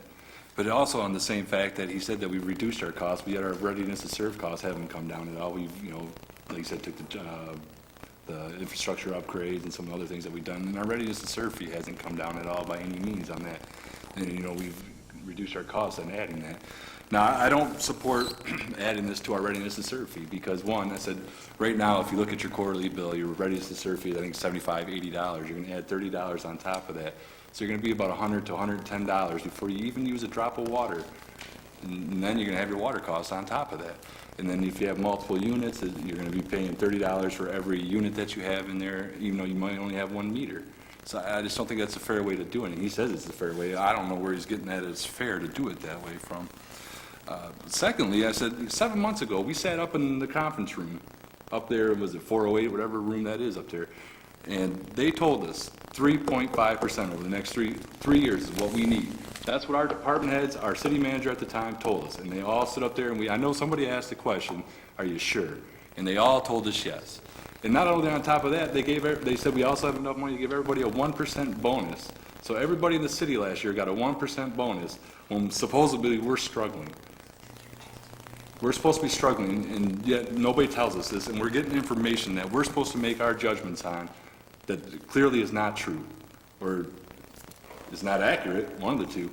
So I don't see how anybody can support this how do I know in the future that, because now you got 3 years of 3.5% increases. You got this $11.79 coming this year. Next year it goes up a little bit, and the year after that it goes up a little bit. How do I know it's going to be the end of it? I can't trust it, what everybody's telling me. And that's what I don't get. It just doesn't seem right here to me. Something's missing. And, how am I supposed to make a judgment and make one that my reputation's based on and make one that people expect me to make the best judgment I can when I don't have the most accurate information? I had no problem supporting your rate increases last year, and I don't think most of the council would have, but I'm not going to support them tonight. I just won't, because the fact is you've got to give me information that I can believe in, and you have to give me information that I know is to be true, and I don't know that that's the case anymore. So I'm voting no. It's getting scary at this point because that's all everybody comes to is this rate increases, rate increases, rate increases. The city's not going broke, and I know he says that the state's going to come in. Do you have a letter from the state stating that they're going to mandate us? Well, let me address your points. No, I want to answer that question. Do you have any documentation that the state's demanding that we raise our rates right now? No, in 36 months, I'm sure you will. And I think you also have... assumption. We've never missed a payment. We have ways in 36 months to go ahead and fix the problem before the state comes in. So there is nothing from the state that's saying that we're going to raise they're going to come in and force us. You are correct. You could do nothing tonight and kick this can down the road. The inevitable solution will be more difficult, and you will have less subsidy money to subsidize the burden on the citizens. So you are correct. You could not take action tonight, and you could do nothing for 3 years, maybe 3.5 years. But then the solution will be probably triple what's proposed tonight. You'll have no subsidy money to ease the burden on the residents. And the reason why I mentioned the workforce reduction about 25%, you're correct, it was overdone over the last decade. That's because we were in a time of recession, and what I think is important to convey to people is that not just this mayor and this council, but previous mayors and previous council members took measures to address the shrinking economy. When our property taxes got their knees kicked out of them in 2009, we began right-sizing government to shrink with our revenue. We lived within our means. The reason why we reduced cost in our operating of about $2.7 million in utilities, be it readiness to serve fee hasn't reduced, is because those are operational expenses. Your fixed infrastructure costs are already incurred because of the $107 million of outstanding CSO debt. So you've already incurred the fixed infrastructure cost.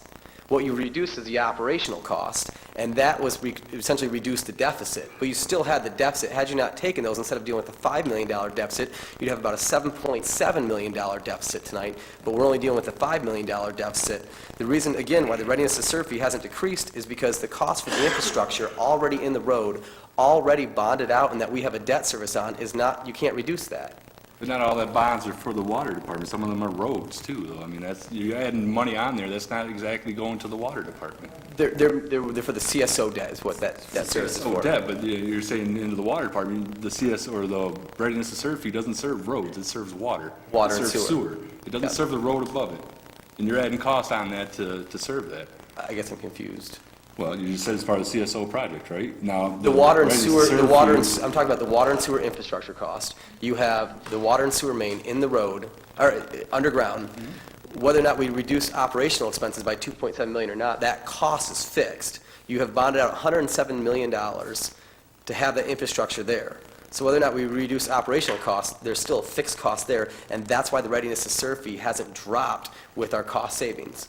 But it doesn't cost us any more other than the debt, which some of it's for roads and which some of it goes toward the water department. So why are we putting the full load on the readiness to serve fee instead of putting it on the water rates where it should be, where people can have a chance to control their costs? Because we found that the most fair and equitable way is to do the readiness to serve fee that's industry. I'd like to hear your explanation of how this is the most fair and equitable way.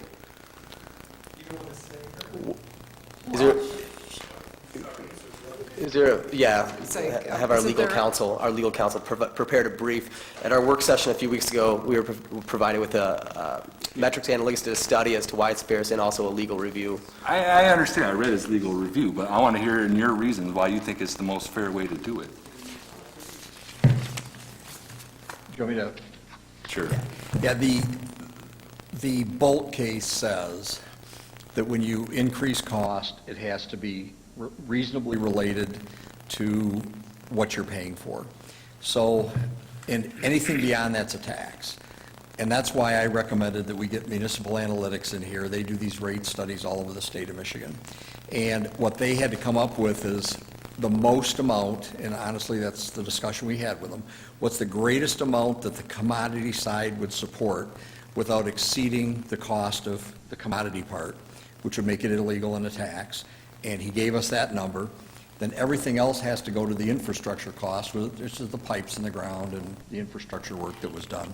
So that was the recommendation of municipal analytics. And in terms of fair and equitable, that's what the Bolt decision's supposed to get at, that your costs are fairly and equitably allocated to the two pieces, readiness to serve and the commodity cost.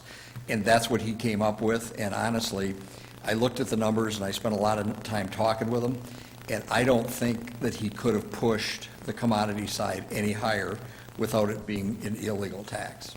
So I think all of us would like to see that piece higher. I think you can argue is water rate a tax or is it a user fee? I mean, because you're paying for what you use at that point. I guess I'm confused how that would be a tax then. Well, what I mean is what you have to do is get somebody who says, okay, this is the amount of the cost of producing the commodity, the electricity, the chemicals, the filtering, people, all that stuff, and you can recover all of that cost in the commodity side. And obviously, the higher that goes, the more others contribute, the wholesale customers. The problem is you can't push it higher than your actual cost to make the water. And in Kazor, Mr. Kazor pushed it as high as he could push it. He did. Well, let me ask you then, in 2007, when I came on, I won because of 66% water rate increase that went to the rates, not the readiness to serve fee. How did that get pushed? I mean, I don't know if you were here or not then before then, but. No, I wasn't here, and I didn't know what was recommended, and I didn't know why. Yeah, I wasn't sure if you were doing it No, back then. I didn't see but- the rate study. No, I know you weren't, because it was, I remember what happened now, but there was a 66% water rate increase, and nobody, back in 2007 it would have been, and surprisingly, I'm the last one here from that council that won because we defeated that water rate increase, which probably wasn't the smartest thing to do at the time, but nobody explained it to me in a better way. But how could they do it back then in 66%, and we can't do it now without it being an illegal tax on the water rates? Because we have a better lawyer. Well, I guess I would, if I could answer a little bit there, because I was around too, but not on council, obviously, but I was around. The thing of it is it didn't happen for 3 years or 2 years, and then it happened at smaller rates, but you compound it. So now we're in a deficit of more than that, what was proposed. No, I got at the that, time. but how could they do it 66% back in 2007 and not having considered an illegal tax? Would it- What he's Where you asking say is because they were going to put that all on water, not It's on all on residents. water, it wasn't on readiness to serve. No, but it was a 6-point-something percent, 7% increase, which we've done too since we've been on council, so it was no more than that. If we were to catch up now, my understanding, and I'm just throwing out my understanding, we'd have to increase it by a whole lot more than 6 or 7%. I get that, but to what's come the up with difference that. between them doing that then and us if we wanted to raise water rates now instead of the user service fee? We could raise, I believe, the water rates now to a higher rate percentage-wise, but then it still wouldn't solve the problem. And if I understand it correctly, that percentage would not be enough. Plus the fact that, okay, we could approve it, the same thing could happen, kind of like what happened, and somebody else comes in and says, Change never down mind. too, I mean, Yeah. somebody, the next council Yeah. could come in and reduce the readiness to serve fee, so that's That's neither true, here nor that's there. true, but- you could do that. And see, that's the other issue I have too, is now we have a barely under $5,000 study that had to get done because we can't trust the information that we're getting, so now we gotta go just barely underneath what the council has to approve, and which we weren't even aware that you went out and did it, which I would have supported you doing it, but you went out and did it anyway without even telling your council till you got it. And I don't think that's right. You gotta start being more careful about how you do these things, and you're scaring people in the paper saying the state's gonna come in here and they're gonna raise our water rates. Well, like I said, you don't have any proof of that. Now, you have an assumption, you have an opinion. We on have it. bond covenants that we're legally I'm obligated not by. asking about the bond company, I'm talking about the state. I've been very forthright, specifically at the work session. I was very clear at the work session. My concern first and foremost is the bondholders, our covenants of those bonds. That'll be the first red line. After that, I worry about the state. I worry first about our bondholders. We have agreements, certain levels of bond reserves that we have agreed to keep. When we breach those bond reserves, there are some language in some of our bonds where they could call in the debt. That is our concern. That was expressed by our city attorney at the time. So that's my first red line. And how much money do we have in investments that we're using to help with the budget on the income? We make the interest off on some investments that we could switch over into that. I guess I'm confused at what investments you're speaking of. I don't know, if I had my KFIR report here, I could pull it out, but the city has investments that they use money from those interests to put into the general fund each year. That obviously, we're not making much right now because. I don't think we do. Well, we do have some. I know you have some. Yeah. I think Mr. Brennan can answer that question.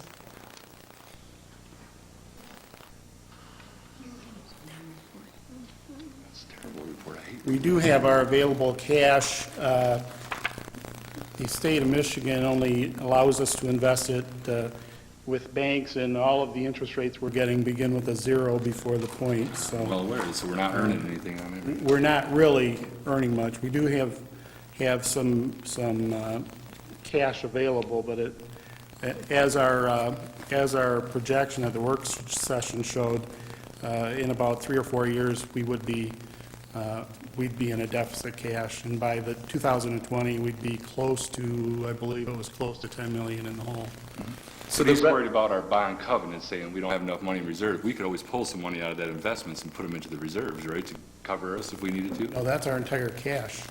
I mean, We're burning through that money. yeah. Well, We're burning through the land purchase fund that we're gaining interest on. I guess that's what you're talking about, the interest. That's not what I'm talking about, the land purchase one. I'll get back to you on that. Oh, one, the because general, I you're wanna talking about go the general down fund, the the general fund dollars? We have our general, we have 20% reserve general fund. That's what I think he's referring to. And that's what I'm referring to. Well, that's probably about $3 million, but that is, I mean, that follows the GFOA recommendation that you have All right, roughly an 18%. I will send him an email with, let me pull the CAFR, and I'll ask the question when I have that. I didn't have it in front of me. My concern of spending down general fund dollars are we're about 20% previous year's expensive general fund dollars, is that's how we operate the city. So if we were to spend those down, we would still burn through that money in about a year longer, and you're still left with the deficit, and then we'd have to take a bank loan out to make payroll in the general fund if we spent that money. We couldn't pay utility, we have to take a continuing revolving loan from a bank. Assuming you don't make any rate increases. Correct, yeah, correct. Oh, right. So it doesn't need to be on the readiness to The serve. general fund is one of the funds the bonding agencies I don't think look at. we're on the same page here. Let me, very closely. before I go too far, and I want to pull out the CAFR and relook at that one again, but I might be confused on something there too. It's very possible, but I'm not supporting it unless it goes to the rates. I said people need to have a choice to be able to control water, you know. And so then the other problem you have is if you have two meters, you're going to get hit twice with that. If you have an outdoor meter and an indoor meter, which everybody has an indoor just about, but if you have an outdoor meter, now you're going to pay twice that. Yeah. That's my piece. Is there anybody else on council? Mayor Rapp. Yes, Mayor Pro Tem Archibald. Couple of things that I just want to discuss and/or clarify that I've either heard here tonight or have been contacted by people. The first is why the townships wouldn't pay this and why they're being charged less. They're not being charged less for the commodity, they're being charged less in the readiness to serve because they transport all of their own water. We don't do that. They have their own infrastructure. They simply buy the water from us. So once they get it, they have to pay to distribute it to all of the residents, not the city. So that's the reason for that one. I probably didn't say that quite like our council or our city manager would have said it, but the other one is, I've continuously heard over and over and over, we didn't have to separate the sewers, or we didn't have to do it this way, and we should have made this decision 20 years ago or 15 years ago when we started this, and we should have done it different, and we should have cut costs. It doesn't matter. It doesn't matter that we weren't the ones up here that made the decision to do this. It doesn't matter that we may have had an alternative option to do this. It doesn't matter that it might have been cheaper or different. It doesn't matter. What matters is that we have a very large bill that we have to pay. And like all of us at home, if you have a bill and you've incurred the expense, you have to pay it. If you don't have the money, you find a way, or you make arrangements, or you do something. So it's difficult to, it's terrible to have to make this decision. It is going to be a hardship on a lot of people. I have 2 meters. It's going to be a big hardship. That does not negate the fact that the bill is there. It's been kicked down the road to the point where now it's going to be very painful. If we kick it further down the road, it's going to be even more painful. I really just, I'm hoping the residents understand that none of us like it, but none of us were here and made that decision.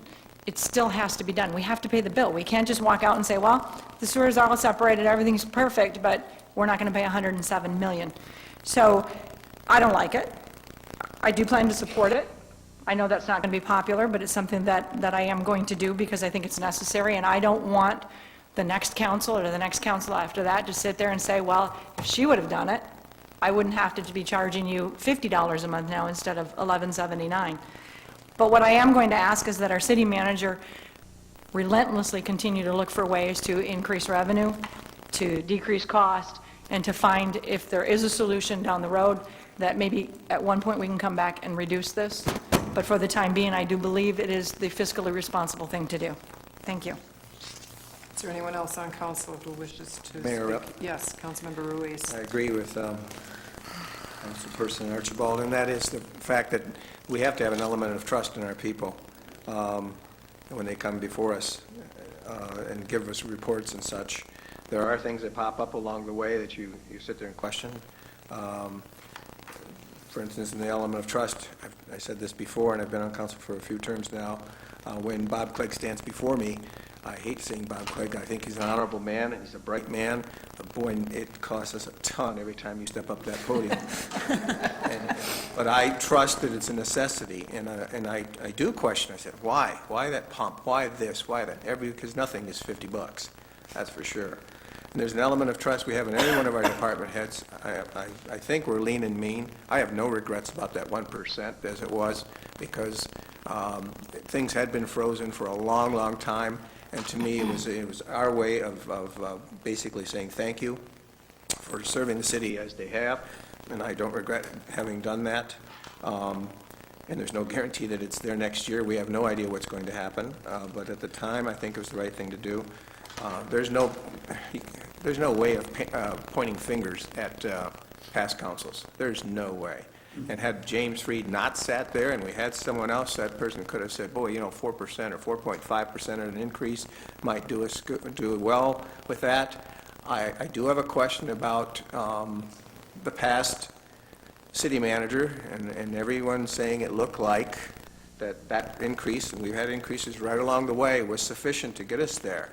And then all of a sudden to be hit with this over the head, it does lend you to question, okay, so where did we miss that it's this severe, it's this serious? Where did we miss that?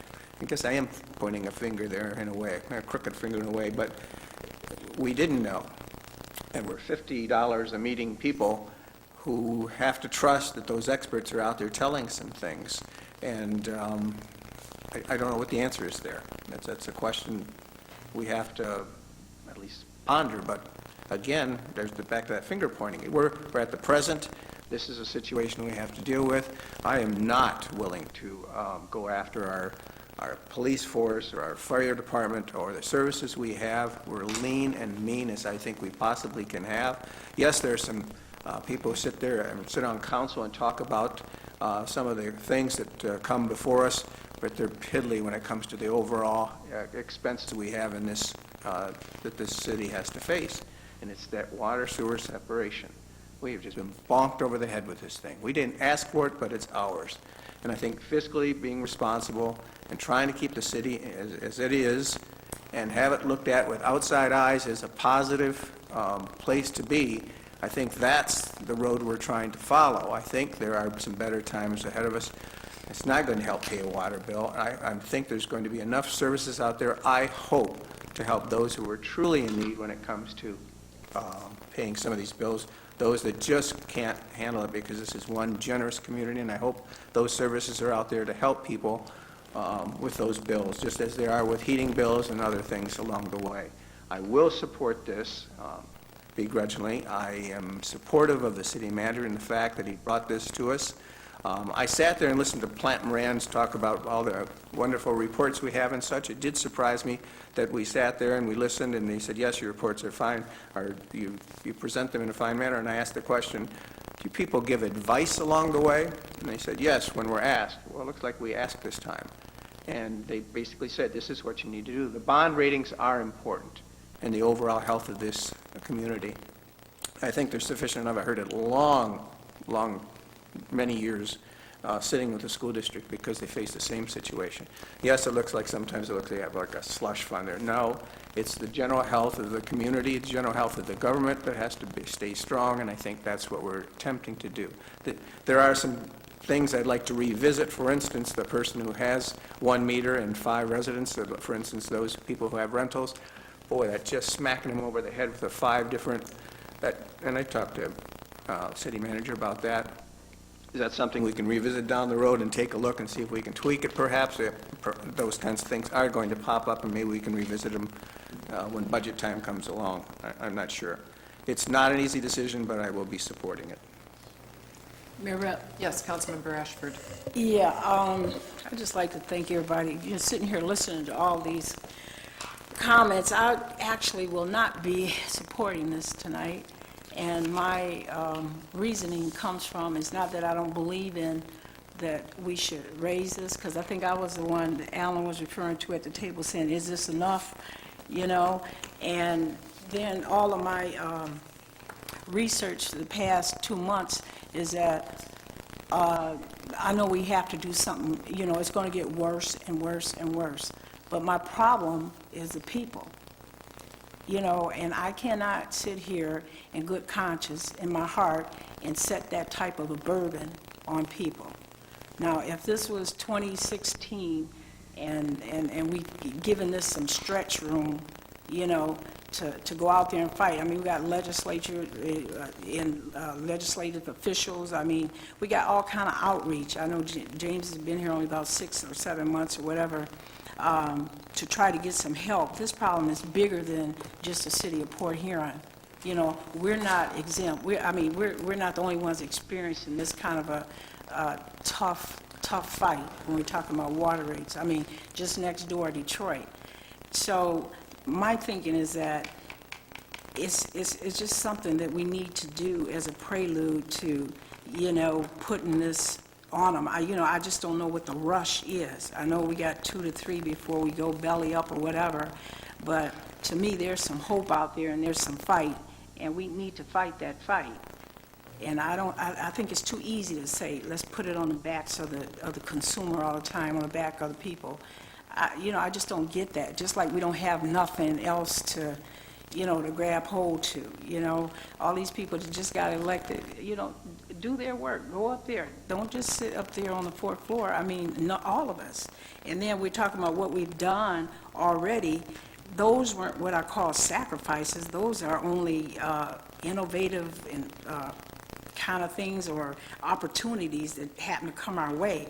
And so I'm not actually against what we do tonight, and it looks as though that we're going to pass it, but I just can't in good conscience sit here and say that I'm a yes vote on the terms if I have to weigh that against the people out there in the community. Because I know they, you know, the vast majority can't do this. I mean, they can't, we just sit here and bought 4 trucks. They have to figure out, well, what bill do I pay? Could I go eat? It's not like buying a truck or something. I mean, it's just kind of too real for me, and I just think that the problem, it has to be another approach. It has to be some more answers to trying to beat this elephant down, you know, down the side so it can be manageable. And I asked another one of my colleagues over the weekend. He said, Anita, you know, the water rates, they're just going to go up, up, up, and up. You know, so it's like you're never going to catch up with this monster. You know, it's just haywire. So I would be voting no. Thank you. If I could just respond to that. We are not the only community that has had to go through CSO work. The state, through different grant programs, we got about, $30 million of grants. About 17% of the project was paid for with grant funding.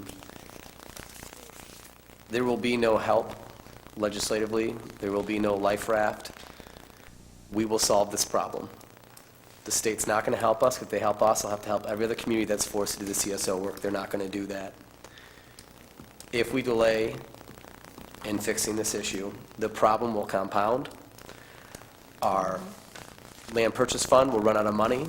We will be left with no subsidy money and a massive deficit that has to be patched 100% with rate hikes in 3 years. And that burden is what I'm trying to avoid. I know this will hurt poor people. I know this will be hard on people. But I also know that indecision is a decision. And in 3 years, 3 to 4 years, when the cash runs out, the deficits have continued to balloon, we will be forced to make an ungodly decision. And I'm trying to ease that decision over multi-years, using the subsidies to ease us through the debt balloon. That was my approach. And I respect what you say. If I believe there would be a legislative solution, we've been begging. It hasn't come, and I got to take the cards that are dealt to me.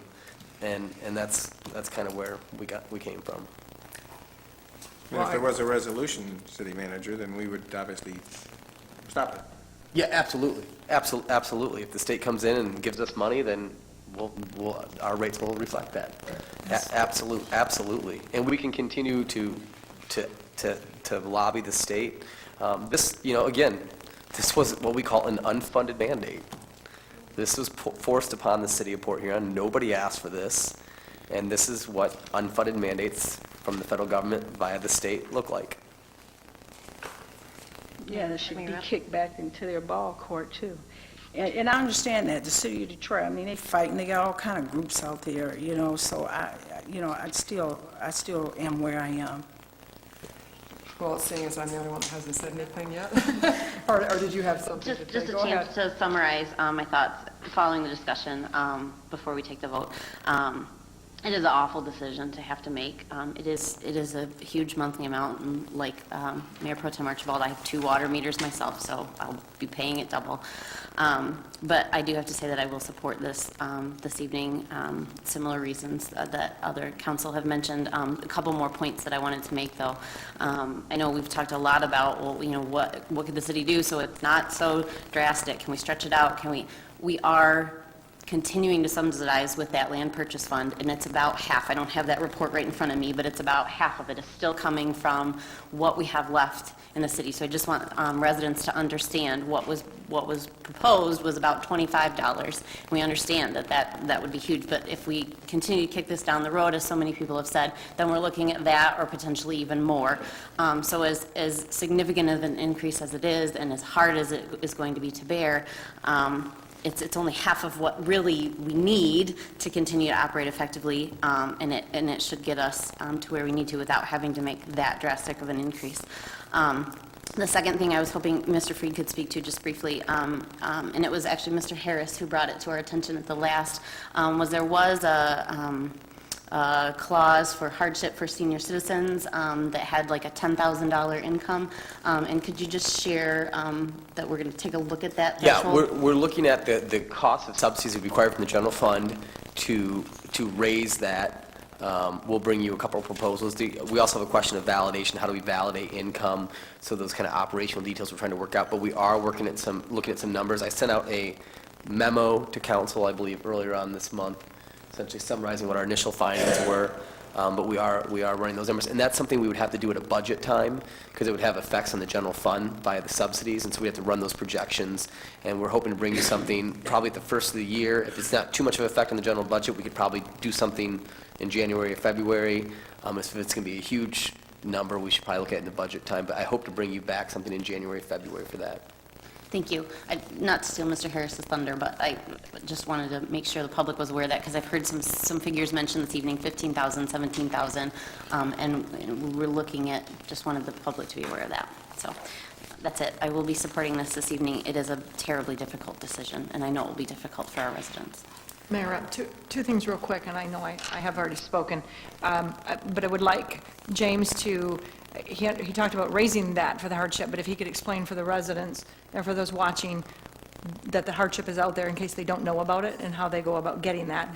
And second, before you do that, I could do it at the end of the meeting, but now seems perfectly fine. 2 weeks ago, or when we had our special meeting upstairs, I did mention, I work for the Blue Water Community Action Agency during the day, and James and a few talked about services that are available to help people who are struggling. I wanted to let everyone know, especially those that didn't have the opportunity to be at that meeting, that there are not services in St. Clair County that pay water bills. But there are services in St. Clair County that can help with other utility bills and food and other resources that can help you stretch that budget so that you can pay that water bill. So I encourage you, by all means, whatever you do, pay your mortgage or your rent and your water bill first, and then seek resources, be it Blue Water Community Action Department for Human Services, wherever it is that you want to go, your local church, Salvation Army, go to them for those other resources, and don't wait and pay your electric bill and then hope somebody's going to pay your water bill, because it's not going to happen. But they may be able to help you the other way around. So if you could explain the hardship. For those of you who are extreme low income, we do have a poverty clause within our rates, and I would check with the treasurer's office. We're looking at increasing the threshold for what the poverty clause is so that we can affect those most vulnerable. Councilperson Harris brought that up, and after close review, I think it's something worth merit in looking at. And so check if you believe you are in the extreme poverty and you believe that you would, qualify for that, check with the treasurers. They'll walk through the program with you and explain it to you. Yes, Councilmember. I just want to say for the record, I'm not against raising the rates. I was against putting it on the readiness to serve charge. I think the average citizen in Port Huron understands we have to do something, but they want a fighting chance to be able to control their bills. So and that's all they ask for, and that's what I'd like to ask for them. So, it is what it is, but we'll see how the vote goes. As everybody else has said, it's certainly a struggle to even make a decision such as this that affects everybody. This is a subject that's been coming up. I've been with the city for a number of years, as many of you know, when I wasn't in this capacity, and I was sitting right there.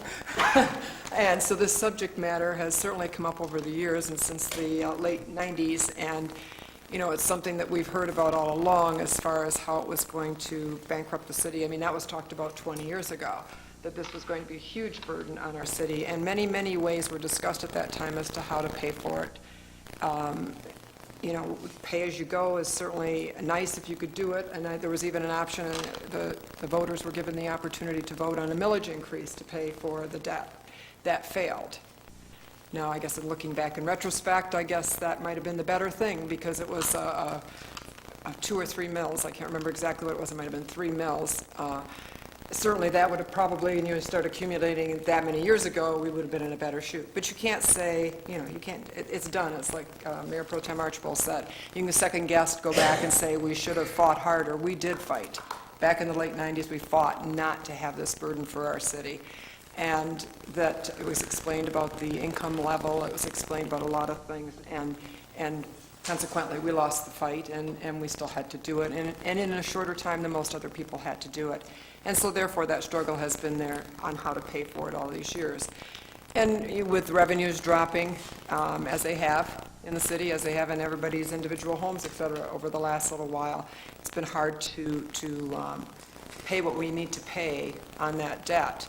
And even that, saying that aside, you can keep taking money from other things, but it does not abide by what we have signed agreements in our bonds that say we would get these funds from the very source of which we're spending the money on, which is water sewer, not from the general fund, not from your land purchase fund. And it has caused us to have our bond rating has been dropped a couple of times, I think, twice.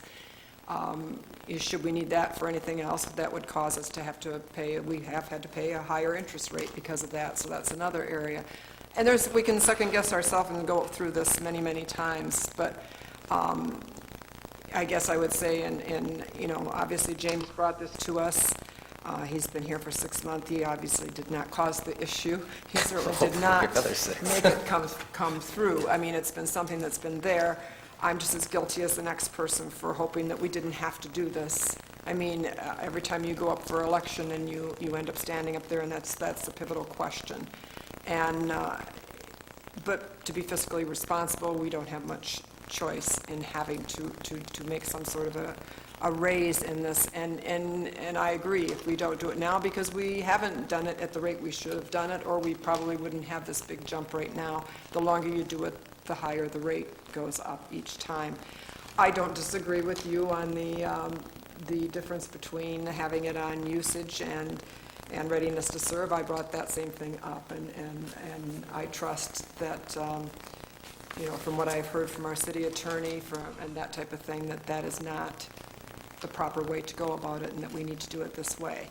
And that does come back to that, and I know you're saying that we were only told, the smaller amount, and I agree. I think that was pressure from probably different council members at different times, including myself. Please don't bring us a rate increase that's going to be a hardship to our residents. And it's easy to say, okay, we agreed, but I think in the bottom of your heart you still realize that wasn't enough to solve the problem. It was just enough to put a Band-Aid on it for a while. And we were going through, as all of our citizens were, bad times, the economy, everything. Not that it's all that much better now, but it is getting a little better. But now we're kind of forced into a position where we have to do something. So I would just, I will support this tonight. I just would encourage our city manager to continue. I don't want this to be a step we've taken and then all of a sudden it's okay, we're okay. I want diligent work, and I would like some sort of a reporting sort of mechanism where, how is this playing out? You know, how is this dollar figure playing out? If we ask for more than we need, is there any way we can back off? Is there other revenue sources? Is there other areas where we can tap? I think we have to be diligent about doing that all the way along. I mean, it can't just be a blanket, we pass it and that's done and we don't look at it again.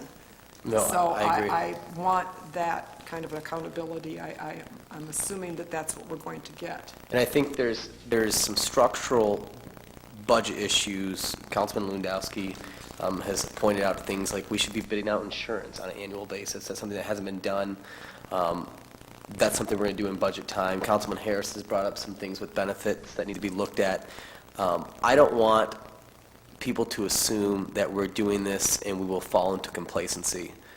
We still have general fund issues, protecting public services, public safety, fire, ensuring our quality parks and recreation, quality infrastructure.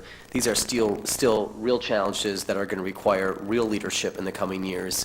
And so I am hopeful that, you know, meaningful reforms that are still yet to come, that we will not be complacent. But I know there's a lot of ideas on the table. And, you know, I'm hoping that we take a real swing in the coming months at looking at some more cost savings to protect, you know, public safety and parks and recreation. You know, we're still worried about revenue in the general fund. And so I want to make sure that we keep cops on the street. I guess the 3.5% wasn't just last time, though. I mean, it was the 6% the 3 years before that clearly wasn't enough either. So, I mean, it comes down to is you got to give us the right information to make the right choice. And I don't think there would have had any problem passing it for higher rates over the last 4 or 5 years. I don't think that would have been an issue, but here we are. And I think you're correct on that, Councilmember. Leadership comes at the top. Well, and frankly, I think we lost a good department. I can't prove that's why they retired in December, but somebody retired back in December because I don't think they wanted to tell council the wrong information. You're probably right. And I commit to you guys, as I did in my interview when I took the oath of office, I'll provide you the most accurate information. And I assure you, I would not be up here tonight having this conversation if I didn't think this was the most accurate, realistic situation we're in. Well, we've all had an opportunity to speak, so I think now we just need to take the vote. Councilmember Ruiz? Yes. Councilmember Archibald? Yes. Councilmember Ashford? No. Councilmember Cole? Yes. Councilmember Harris? No. Councilmember Lewandowski? Present. City charter say I can't vote present? No, you have to be a yes or a no. Then no. Doesn't Mayor? say that in the charter, though. It says it in your rules. In the rules that we adopt. And you said no, correct? No. No, you said no, or? Voted no. Mayor Rupp? Yes. It does pass. We will move on to the ordinances. Ordinance number 1, please. It's being given its first reading and is an ordinance to amend Chapter 52 zoning, Article 3, District Regulations, Division 1 generally, Section 52-162 map of the Port Huron Code of Ordinances for the purpose of rezoning properties located at 709 and 720 11th Street, 1102 and 1108 Lapeer Avenue, and the vacant lot at 1100 Lapeer Avenue from a C1 General Business District zoning district to an R1 Single and Two-Family Residential District zoning district. Is there a motion? So moved. Councilmember Ashford, is there a second? Support. Mayor Pro Tem Archibald. Is there discussion? We will take the vote. Councilmember Archibald? Yes. Councilmember Ashford? Yes. Councilmember Cole? Yes. Councilmember Harris? Yes. Councilmember Lewandowski? Yes. Councilmember Ruiz? Yes. Mayor Rupp? Yes, we'll move on to ordinance number 2. Is being given its first reading and is an ordinance to amend Chapter 52 zoning, Article 3, District Regulations, Division 1 generally, Section 52-162 map of the Port Huron Code of Ordinances for the purpose of rezoning the properties located at 1009, 1015, 1021, 1031, 1035 Gillette Street, 728 11th Street, and vacant lots at 716 and 732 11th Street from an A1 medium-density multiple-family residential district zoning district to an R1 single and two-family residential district zoning district. Is there a motion? So moved. Councilmember Cole, is there a second? Support. Mayor Pro Tem Archibald. Is there discussion? Just a comment. Yes. I think this is sending this area of Port Huron in the right direction. I appreciate Kim's comment before the meeting, and I think this is the right thing to do, and I'll support it. Thank you. If there's no other discussion, we will take the vote. Councilmember Ashford? Yes. Councilmember Cole? Yes. Councilmember Harris? Yes. Councilmember Lewandowski? Yes. Councilmember Ruiz? Yes. Councilmember Archibald? Yes. Mayor Rupp? Yes, that concludes our agenda. Before we adjourn, I just would like to remind everybody that it is Veterans Day tomorrow. We have a lot to be very grateful to our veterans, past and present, and please take a moment to reflect and honor them tomorrow. Is there anything else to come before the council? If not, I entertain a motion to adjourn. Thank you. Meeting adjourned.